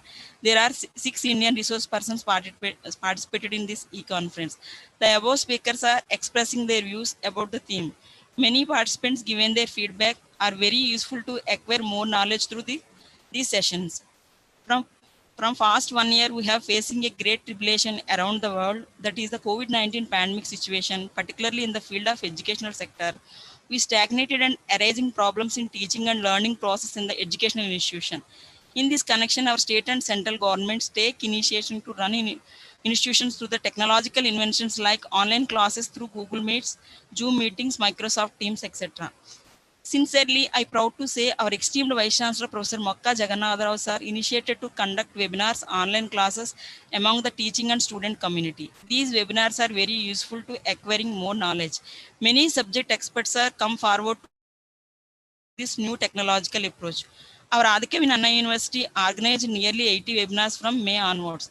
This credit goes to our Honorable Vice Chancellor Professor M. Mokka Jagannatha Rao garu. Thank you very much, sir, for your valuable presence and encouragement throughout the e-conference. Especially thanks to Professor T.V. Kattimani, the first Vice Chancellor of Central Tribal University, Vijayanagaram, Andhra Pradesh. We are very thankful to collaborate with you, conduct this international e-conference. Thank you very much, sir, for your valuable encouragement. I wish to thank our University Registrar Professor B. Gangarao garu and Registrar of Central Tribal University AP Professor H. Lajpat Roy garu for their continuous support. I thank all the speakers of Indian speakers of Professor K.P. Subbarao garu, Professor P.T. Satchapal garu and Dr. V. Persis garu for their contribution of this e-conference. I happy to thank Dr. James Vajan, Professor Jone Varjan from USA for Dr. Saurabh Kattiar from Thailand, Dr. Karl Albang from USA, and Dr. Alka Gupta from Thailand for their contribution of e-conference. I wholehearted thanks to Dr. Neelam Bansal from Lucknow for their inspirational motivation to conduct and grand success of this e-conference. Thank you very much, madam, your encouragement. I thank to Executive Council members, principals of constituent colleges, deans and other dignitaries of our university for their valuable guidance and encouragement. I thank our beloved principal, Professor Kondu Subbarao garu for their valuable support and encouragement throughout the program. I thank our organizing secretary of this 3-day international e-conference, Dr. N.V.S. Surnarayana, Administrative Officer, Tribal Central University, Vijayanagaram, for his great support. Thank you very much, sir. I also thankful to our course coordinator, Dr. G. Elisha Babu, and other colleagues of our department, Mr. M. R. Samsivarao garu, Dr. M. Gopal Krishna garu, Mr. V. Ramakrishna, and Dr. N. Sujata for their timely cooperation and encouragement. I special thanks to my colleague Srimati K.S. Rajeshwari Devi for her continuous contribution to the webinar. Thank you very much, ma'am. I thank all the participants, print and electronic media person to wide coverage of this webinar.